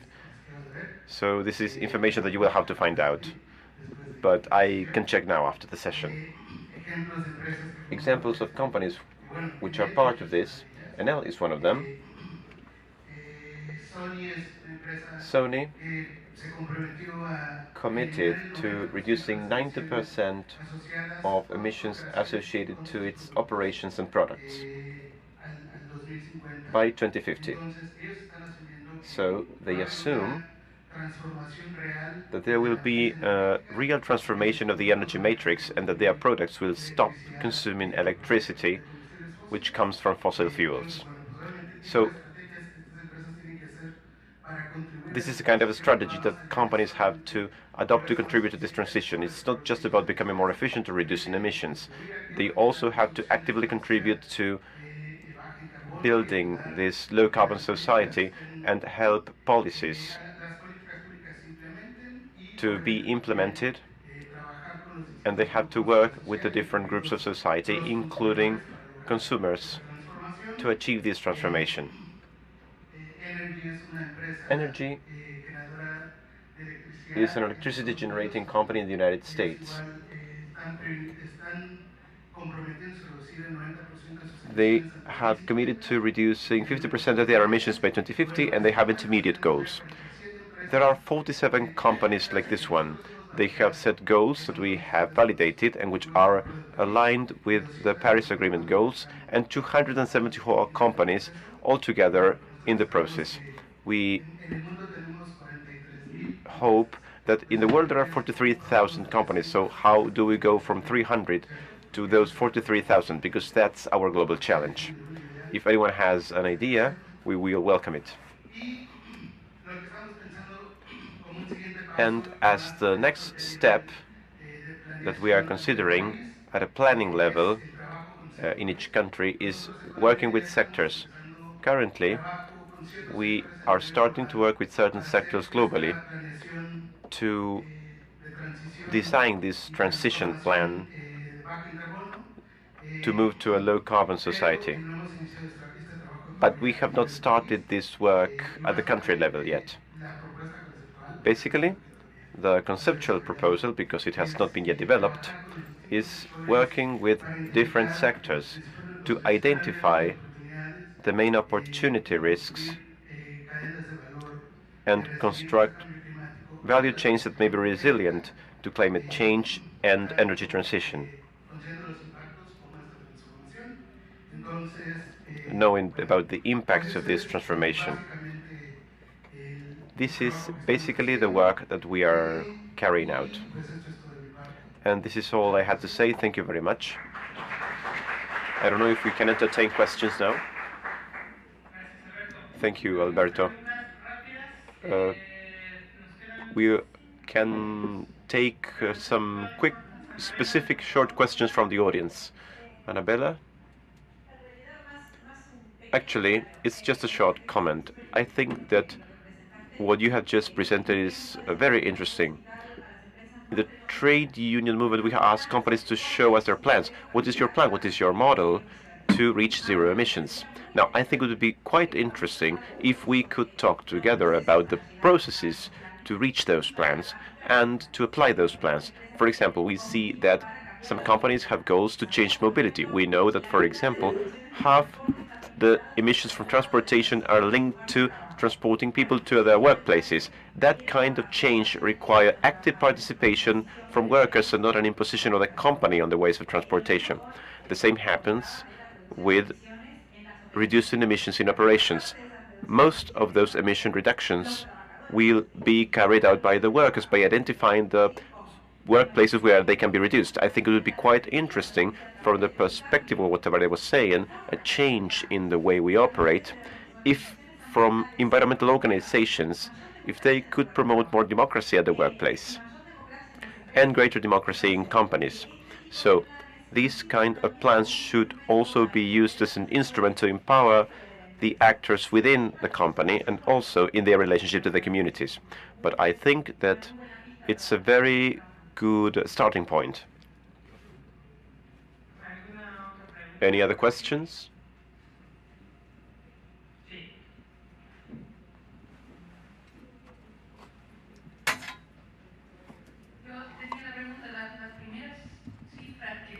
My question is about the first figures that you showed. We are going to grow so much, we will need so many resources, and this is all related to the population growth. But what is the basis of your data and of your figures? Because are we going to have the same consumption as now? Are we going to have this? Is this consumption based on a different logic? Last question.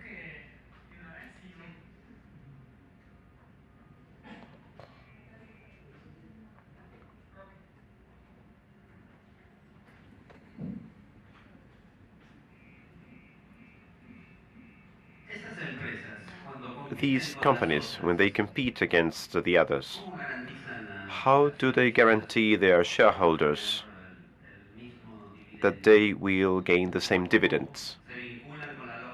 How is this linked to the market logic when they have a planning that in many cases runs against maximizing profits? Or do they have a different way to obtain it?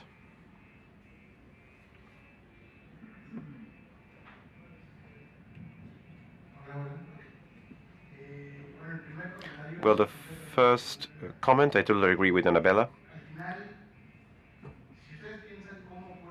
Ultimately, if you think of how company processes happen, normally there are some people in a corporation which manage to persuade the company executives. Very often these are global companies, and that is useless. That is a commitment, but it makes no sense if it doesn't translate into all the company spheres, including the workers, in every country where the company operates and in all the markets that the company serves. I think that's the next challenge. I think it's quite good that companies should make pledges in the right direction, but then they have to align all of their processes and to put in place internal policies so that they will translate into this change, which is a cultural change. And I totally agree. This new social contract that Tabaré was talking about, not just with workers, but with all relevant actors. So I think that that's the next step. And I think that there are different actors that can participate and help this transformation become true in the right direction. I think that's one of the key elements. The second point, or the comment about the figures and the dynamism and consumerism, the growth figures come from the United Nations. The economic growth figures come from the International Energy Agency, which in turn are taken from the OECD. And clearly, that growth could not happen under the current terms, because under current conditions, we cannot reach the goals that we have set in the Sustainable Development Agenda. So there is no way. It's totally impossible. And I think that is one of the key elements. If we assume that growth level, we can't reach it if we consider everything else. How could we reach that? And what should the new goals, company goals be? I think that is a key element. And about the third comment regarding the shareholders, also related to the first one of the main challenges that companies have to face regarding their shareholders is that companies look at the short term, but their shareholders look at the shorter term. If you consider how decisions are made in stock exchanges, very often shareholders are only foreseeing gains from one moment to the next in a matter of seconds or microseconds. And shareholders are not necessarily involved in the long-term well-being for their shares or the company. So for these changes to be sustainable, it's also necessary to educate and to work with investors, because they have to start thinking in the long term, just as we do. The same long term that we want companies to think of. Right now, a lot happens because of leadership and long-term vision within companies. This is exceptional, but except for a few cases, investors with a purpose to achieve greater sustainability, most are not aligned with that goal. So part of the challenge is making connections with institutional investors and others which may contribute to sustainability and which counterweight the short-term behavior of share markets. It's a matter of educating investors, working with consumers, with workers, with vendors. It's a big challenge. I would say the fact that a company makes a commitment is important because obviously that helps show the direction in which they have to move. But all the rest has to happen. If the rest doesn't happen, it's not enough. I would like to entertain one last question and then we will close. We are in time. Considering the difficulties that you mentioned, the Civil Commission of the Foreign Affairs Ministry, the Climate Change Directorate calculated emissions. The calculation is that 7.5% of emissions correspond to residential homes and 5% to industries. WRI came to Argentina 30 years ago. It trained staff of the Secretariat of Science and Technique of the National University of Technology, and I wanted to ask you if you have analyzed what the policy for Argentina should be to include industries, whether international capital industries localized here or national capital industries. I wonder what the plan would be so that what you mentioned would be effective for Argentina. Thank you.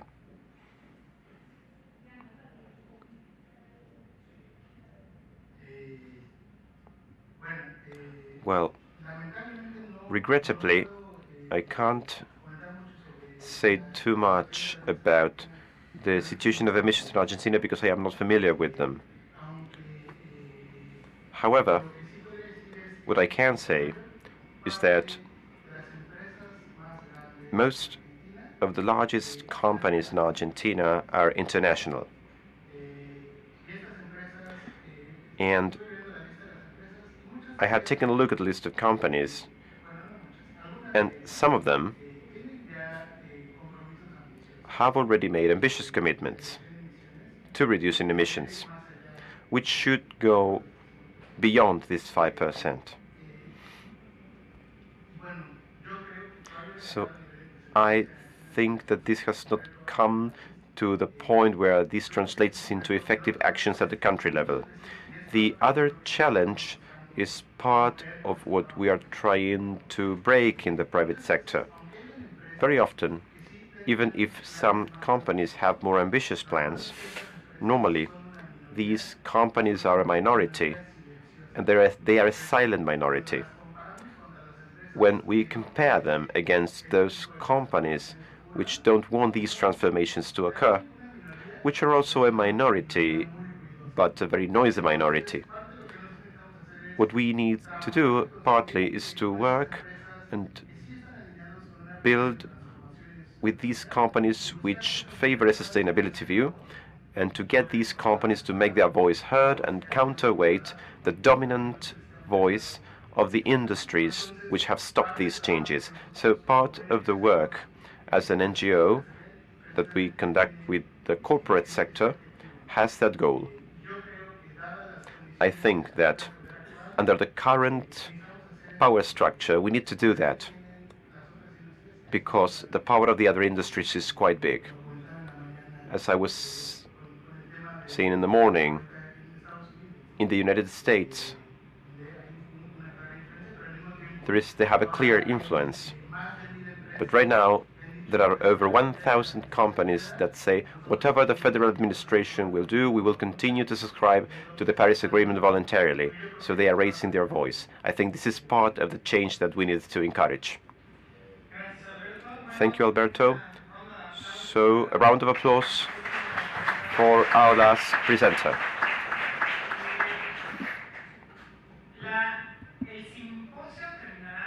The symposium will end at 4:30 p.m.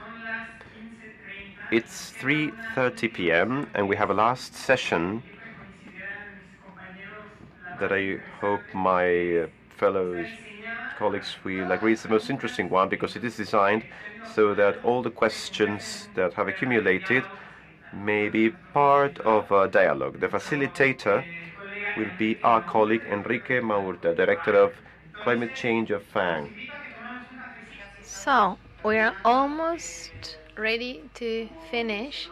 As Tavares said, my name is Enrique. I'm the director of Fundación Ambiente y Recursos Naturales, director of climate change. And the idea of this final stages is presenting a dialogue space. And the idea is that most of the panelists are here with us so that we can generate a conversation bearing in mind this idea of how can we better implement this transition.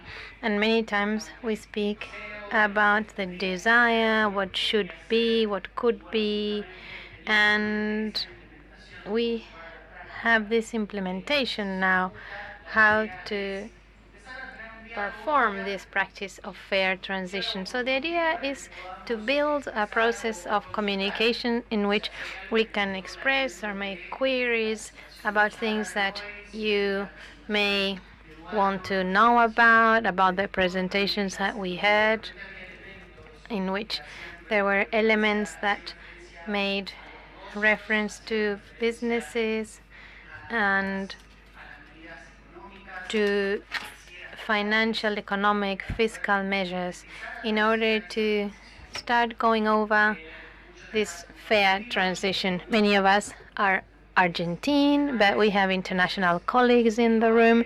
So I'd like to invite you to think about a dialogue in terms of how to implement this transition and what elements to start considering, what sectors to involve, but perhaps may not just be think about workers, because workers, in all the conversations we had today, is clear who they must be part of this transition.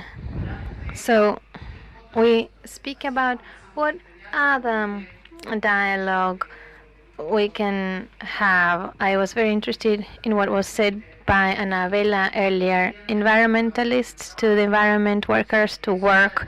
So it's time for us to start crossing the lines and becoming involved, because eventually we're all part of the same society, and in this transition everyone must have a role. So the invitation is to start a dialogue that will start just 20 minutes. The idea is to start generating this concern in order to keep working later on.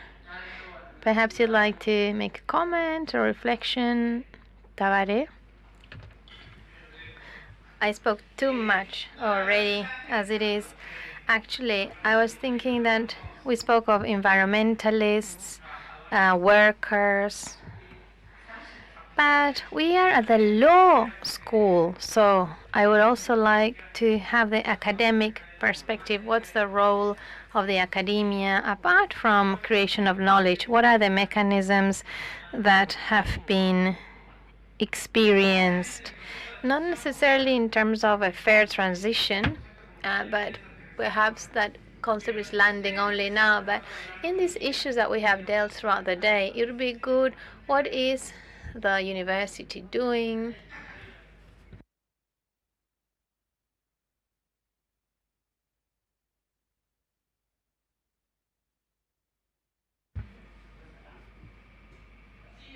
Hello, I have a question for Tavares, and I am from CONICET, from this academia, and I work with a comprehensive vision in terms of energy and territorial ordinance. And I would like to salute you for this event because this is a different counterpoint. Yesterday was focused on the sector of energy, but perhaps on the production or demand logic rather than the comprehensiveness of the issue. So I loved it. And I thought it was very original, not only because of the approach you took, but also because of fairness.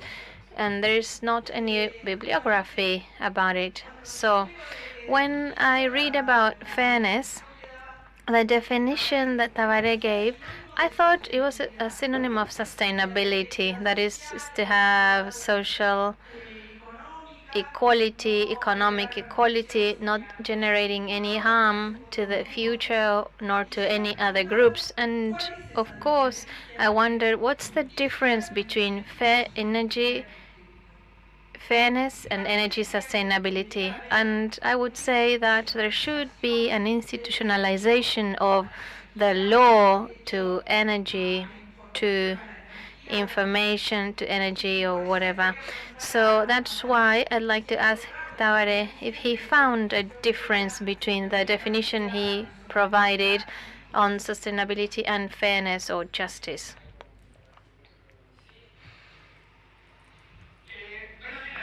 Right. In one of the diapos, that's what I was trying to get to. In the end, beyond the point of the conceptual definition of what we want, we understand for it to be justice, at the end of the day, I am compatible with this idea that it is a Germanic idea to adopt sustainability as the process rather than an end. And this also triggers the different dynamics. And I'm not sure, actually, it's the egg or the chicken, right? Fairness will give sustainability, or sustainability will give out fairness. But in this transition process, and may I say this without sounding arrogant, but there are many of us who believe that in this transition process, there may be an unleashment of fairness in different aspects. I spoke about Mexico earlier when I spoke about the energy sector and those wastes that are so great. And I've been in fora where electrical companies complain about this. And they also experience unfairness. And for them, this means that this electricity is robbed. This electricity that is feeding climate change and having an impact on Paraguay, Bolivia, Central America, wherever. So beyond the definition, I think the core here, and that is the purpose of this exercise, and as was said by Enrique, is how these definitions of fairness can be implemented and consolidated through dynamics, platforms, mechanisms, and so on and so forth.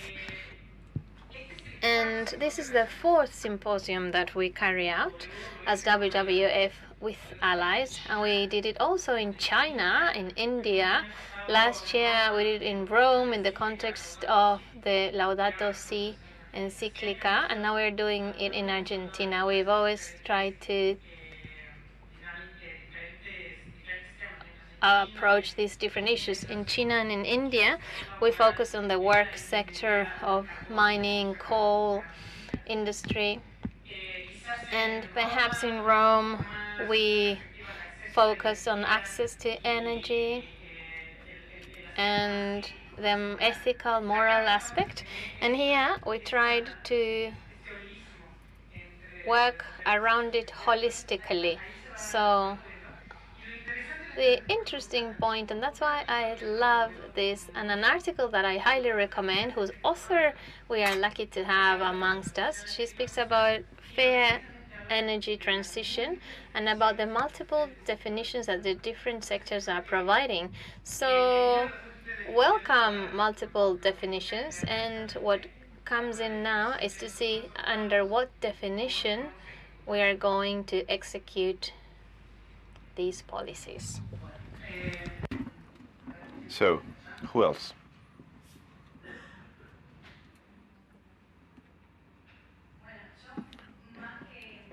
So rather than a question, I wanted to answer your question regarding the University of Buenos Aires. What is being done? So you missed the interesting conversation that we had with Eduardo 15 minutes ago about I study environmental sciences at the University of Buenos Aires. And our situation is not good at all.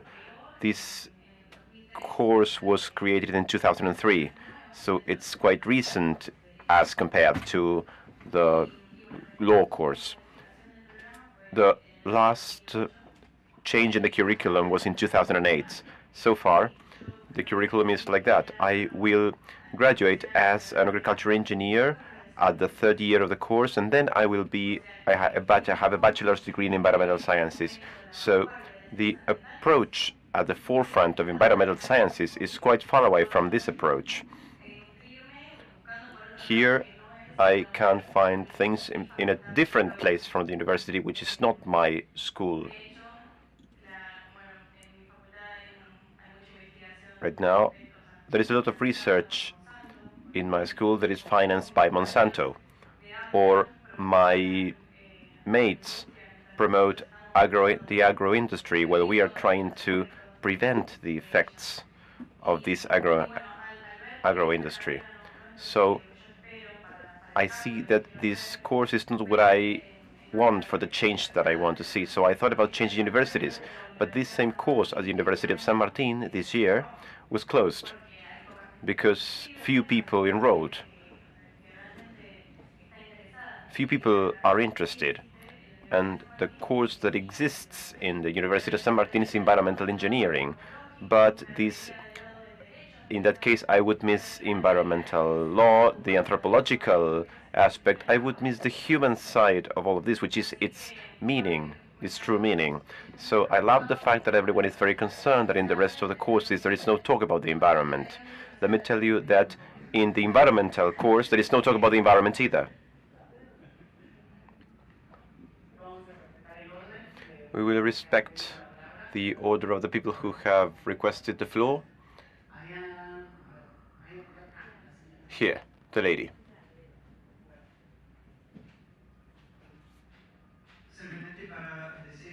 It's just to say that at the University of Buenos Aires, some years ago, a research group started the cross-disciplinary program in sustainable energy, which gathers people from different schools of the university who are related to sustainable renewable energies, energy efficiency. And something we see when we analyze all the courses is that much more stress is put on the production of conventional energy than on renewables, and much more than on energy efficiency. I think that there is an imbalance when you compare the plan or the goal that we have must reach and what we are doing right now.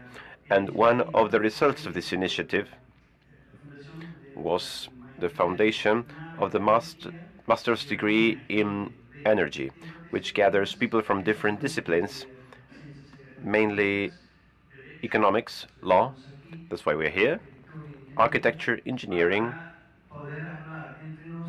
to talk among us about this problem. And perhaps there is not enough emphasis on the social aspects, on the aspect of justice. But this is a summary of where we stand now.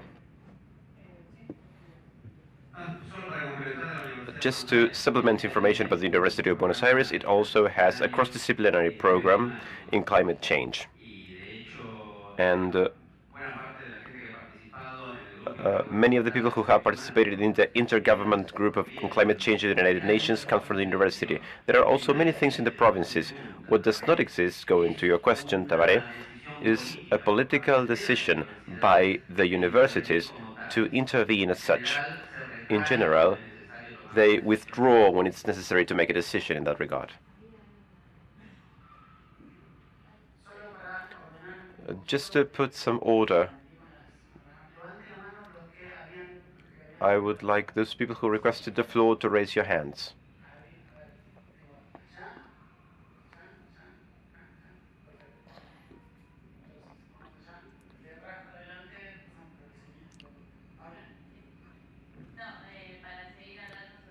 To continue talking about universities, I studied law here. I was thinking that all the subjects on environmental issues depend on the business department. So this also gives an approach to the environmental subjects because they are within the sphere of the business department instead of the public law department. As the microphone moves around the room, in order not to focus on what the University of Buenos Aires is doing or not, I suggest that we start including other concepts into the idea of transition. And then I will also ask a question.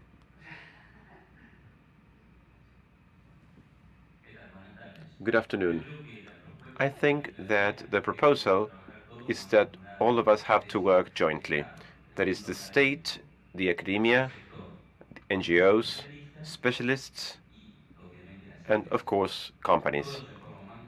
All of us have to work jointly towards this transition, and all of us should contribute the best we have because it is our planet that is at stake. Perfect.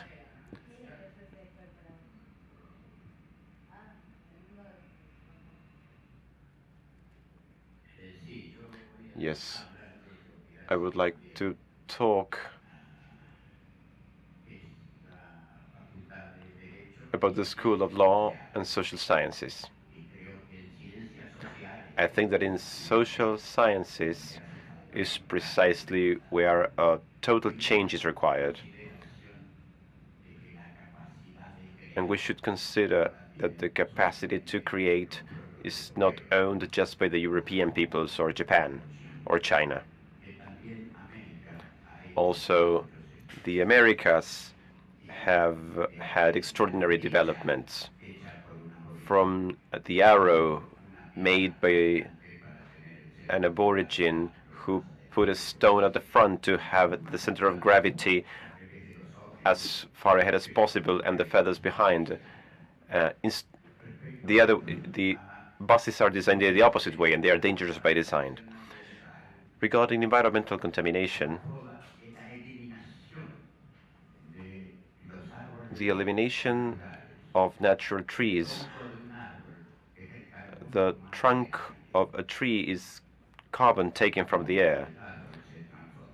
The tree trunk becomes carbon when you set it on fire, and it's carbon from air, and we have left a great surface area of Argentina without trees.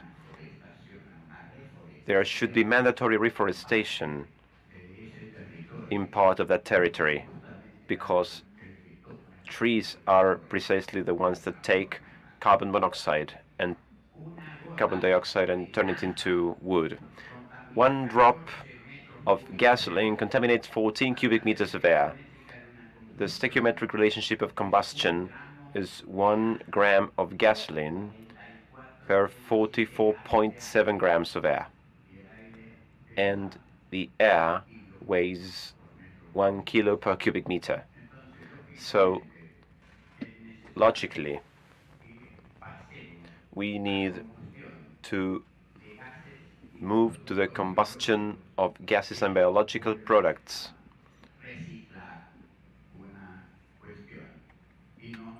that can be recycled, and not to oil, which is the result of life of thousands of years ago turned into oil. Thank you very much. Manuel.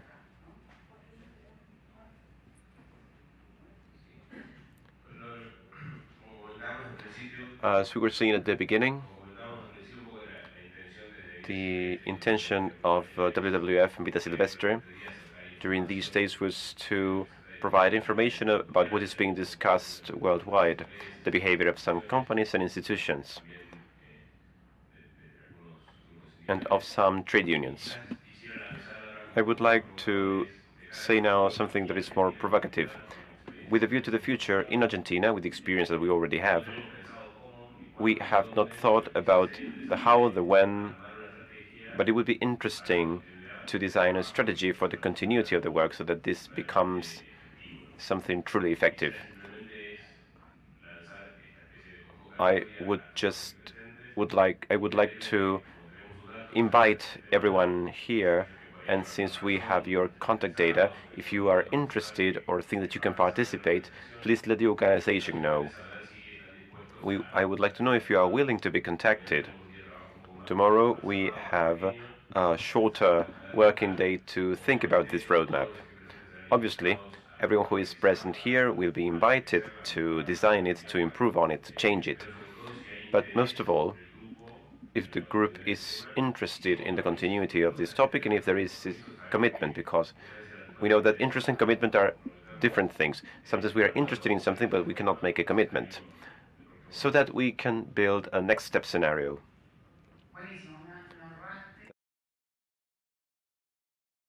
Wonderful. So you saved me from giving a lot of details. Before moving on to Joaquin, and let me say that we have 4 minutes and then we'll do a closing. And before giving you the floor, Joaquin, the issue that I wish to take into account is time references. Today we talked about the transition as something desired and also a time frame. So it would be interesting to know what the time frame is. What would be the time frame for a transition? We know that they are disrupted, they generate change anyway, but people anyway suffer from this until the system is adjusted. But if you're thinking of a fair transition, should we think about timing then, or a time reference? Thank you, Enrique. I also am a member of the Autonomous Workers Association.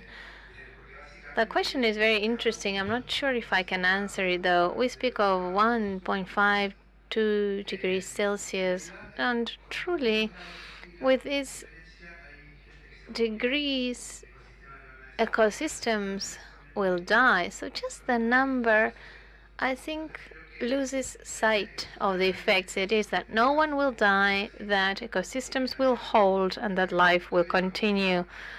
Life will continue without us, of course, when they burn all the fossil fuel buried. That's fine. The problem is that there are people, workers, dads, moms, teachers, students. So time frame is this: not to cross this threshold in which changes will be complex.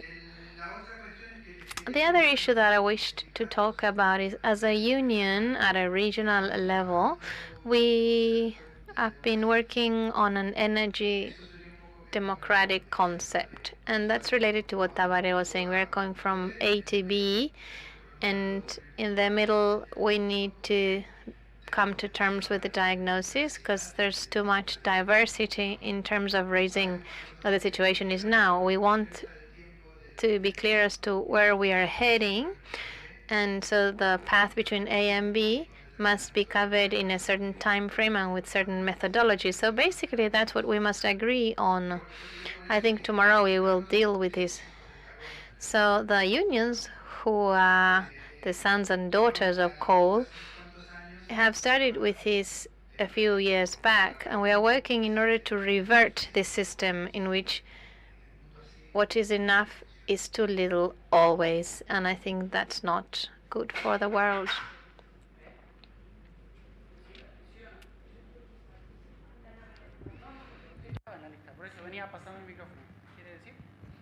Pero usted no quería seguir hablando de algún tema.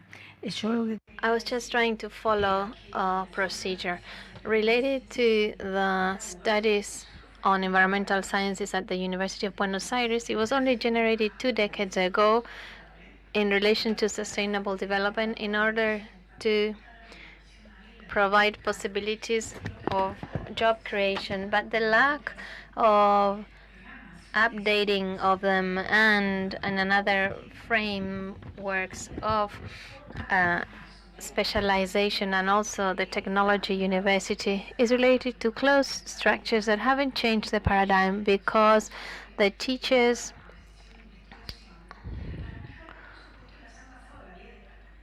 budgets are managed at department level, and it is quite hard to work on a project involving more than one department. In exact sciences, environmental sciences, and the atmosphere, my niece has traveled throughout the world, but there is not a clear relation between these courses of studies at the national university level. So the summary is that the paradigm is that internal budgetary decisions must be reorganized by course of studies and by department, and we have to overcome this resistance so as to create a truly multidisciplinary forum, because the way it is done now is that volunteer students that come from wherever join to do a project, but it is very loose. So I disagree with my mate before me that said we'll survive anyway. I like to say, and as I saw at the Defense University, we don't know if the human race will survive, and it is worse than he thinks. Gracias. Sí, sí, sí, sí. Right. So, just a minute left, and the gentleman had asked for the floor, and just a minute, but still a minute is 60 seconds. Thank you, Carlos Ferreira, International Panel of Researchers, Managers, and Educators on Climate Change. And regarding the structures generated throughout the world, based on the fact that the scientific work is not lowering, is not decreasing, and 2 out of 10 Argentines know what climate change is. So this interrupts any transition proposal based on the participation of the state, that clearly is a state that is influenced by the industrial interests of fossil fuels, and you must think whether we can make some kind of influence through a fair policy, or if anything at all can be done in these terms. And for there to be an energy transition, the Minister of Environment tried to buy 400 electrical buses based on what was said this morning, and this process was interrupted because of the interests of fossil fuels and the transport industry, including unions that didn't want for this to go forward. So I think there is a key element here in order to move forward. Are we capable of having fair transition? It's not the same to talk about this in Germany or in Holland. Buenos Aires is not even Madrid. And, you know, Jujuy, Catamarca, Neuquén, in terms of fair transition.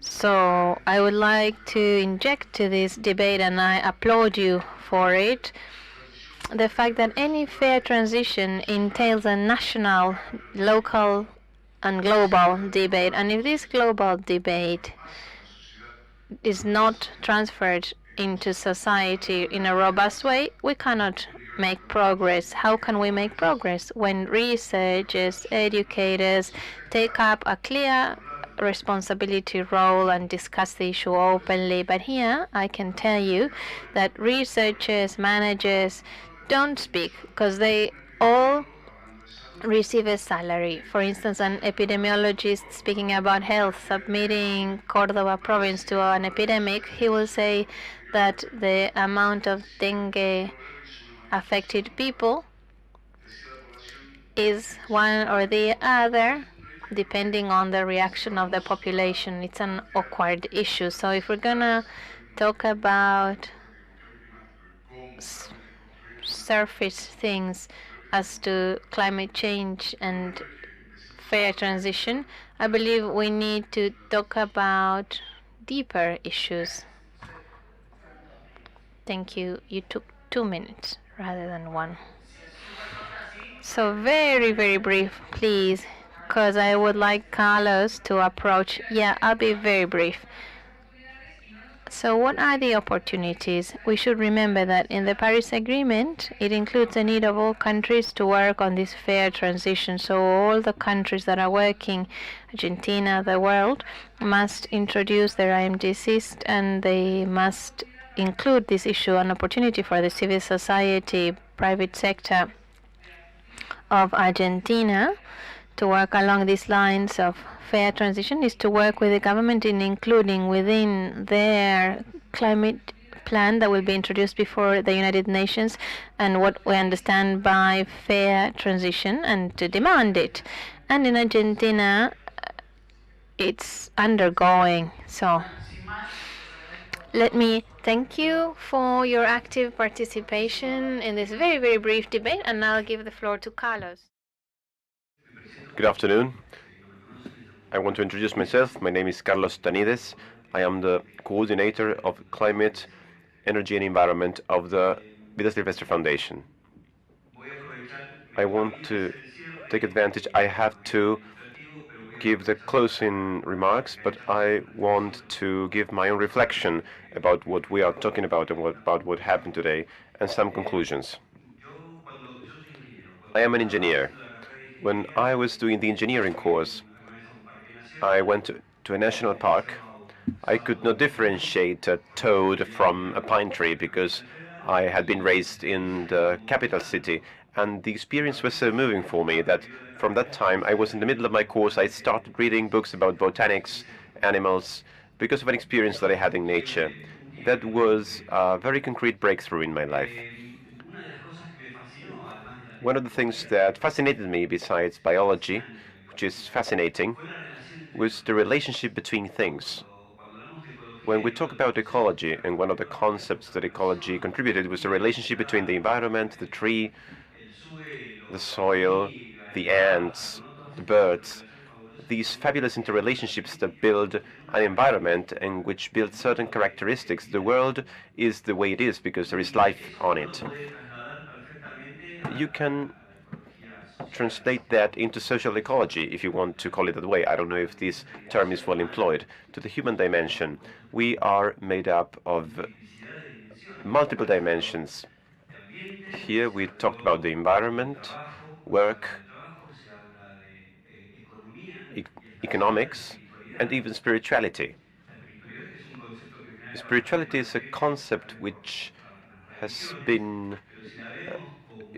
a bad reputation, perhaps because of religions, but if we consider it as a core meaning that we all have a core of meaning that gives meaning to our life. All of us are spiritual. All of us need the environment. All of us use and work. And all of us use money somehow.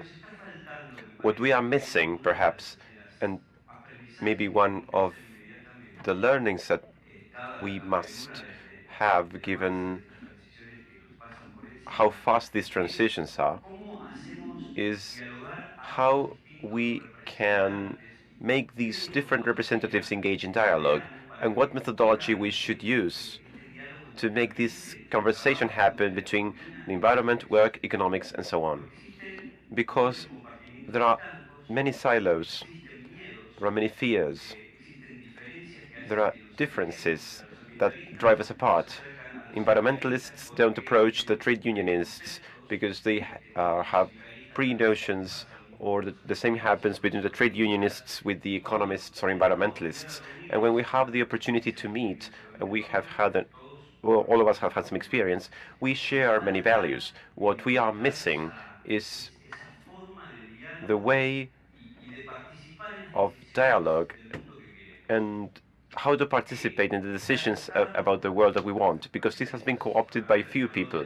Annabella talked about the companies. We want to participate in companies' decisions. I want to take part in energy-related decisions. Who makes decisions about energy? Just few people who impose an agenda on us. That's where we have to start building together with academia, etc., this this road that will lead us to a better future. I can't find any other way. This is an environment with interrelationships, and there is no one single sector that can provide a solution. It has to be found among all of us. This is what emerges naturally from this conversation and from many others. So I would like to thank your interest for participating. It was a true challenge to put this together. It was a challenge for the Vida Silvestre Foundation because this is a relatively new topic. I would like to thank Tabaré, who came into our office a few months ago with a proposal. So the first meeting has already taken place, and I think that this issue is being launched in Argentina. In administrative terms, we will somehow upload the material to a site, and you will be informed by email. Please leave us your data. I don't know why some people are laughing. I suppose that you're laughing because of the promises not kept before, but not by us. Thank you very much, and see you in the future.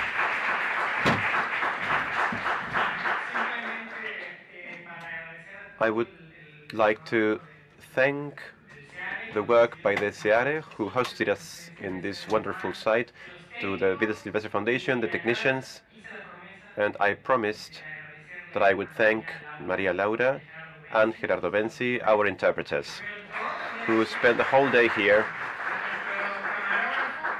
the cameraman who has been shooting the meeting all day, Carolina and Megali, who have been helping us, and the team who provided the meals, and everyone. So thank you very much, and I hope the transition will continue running.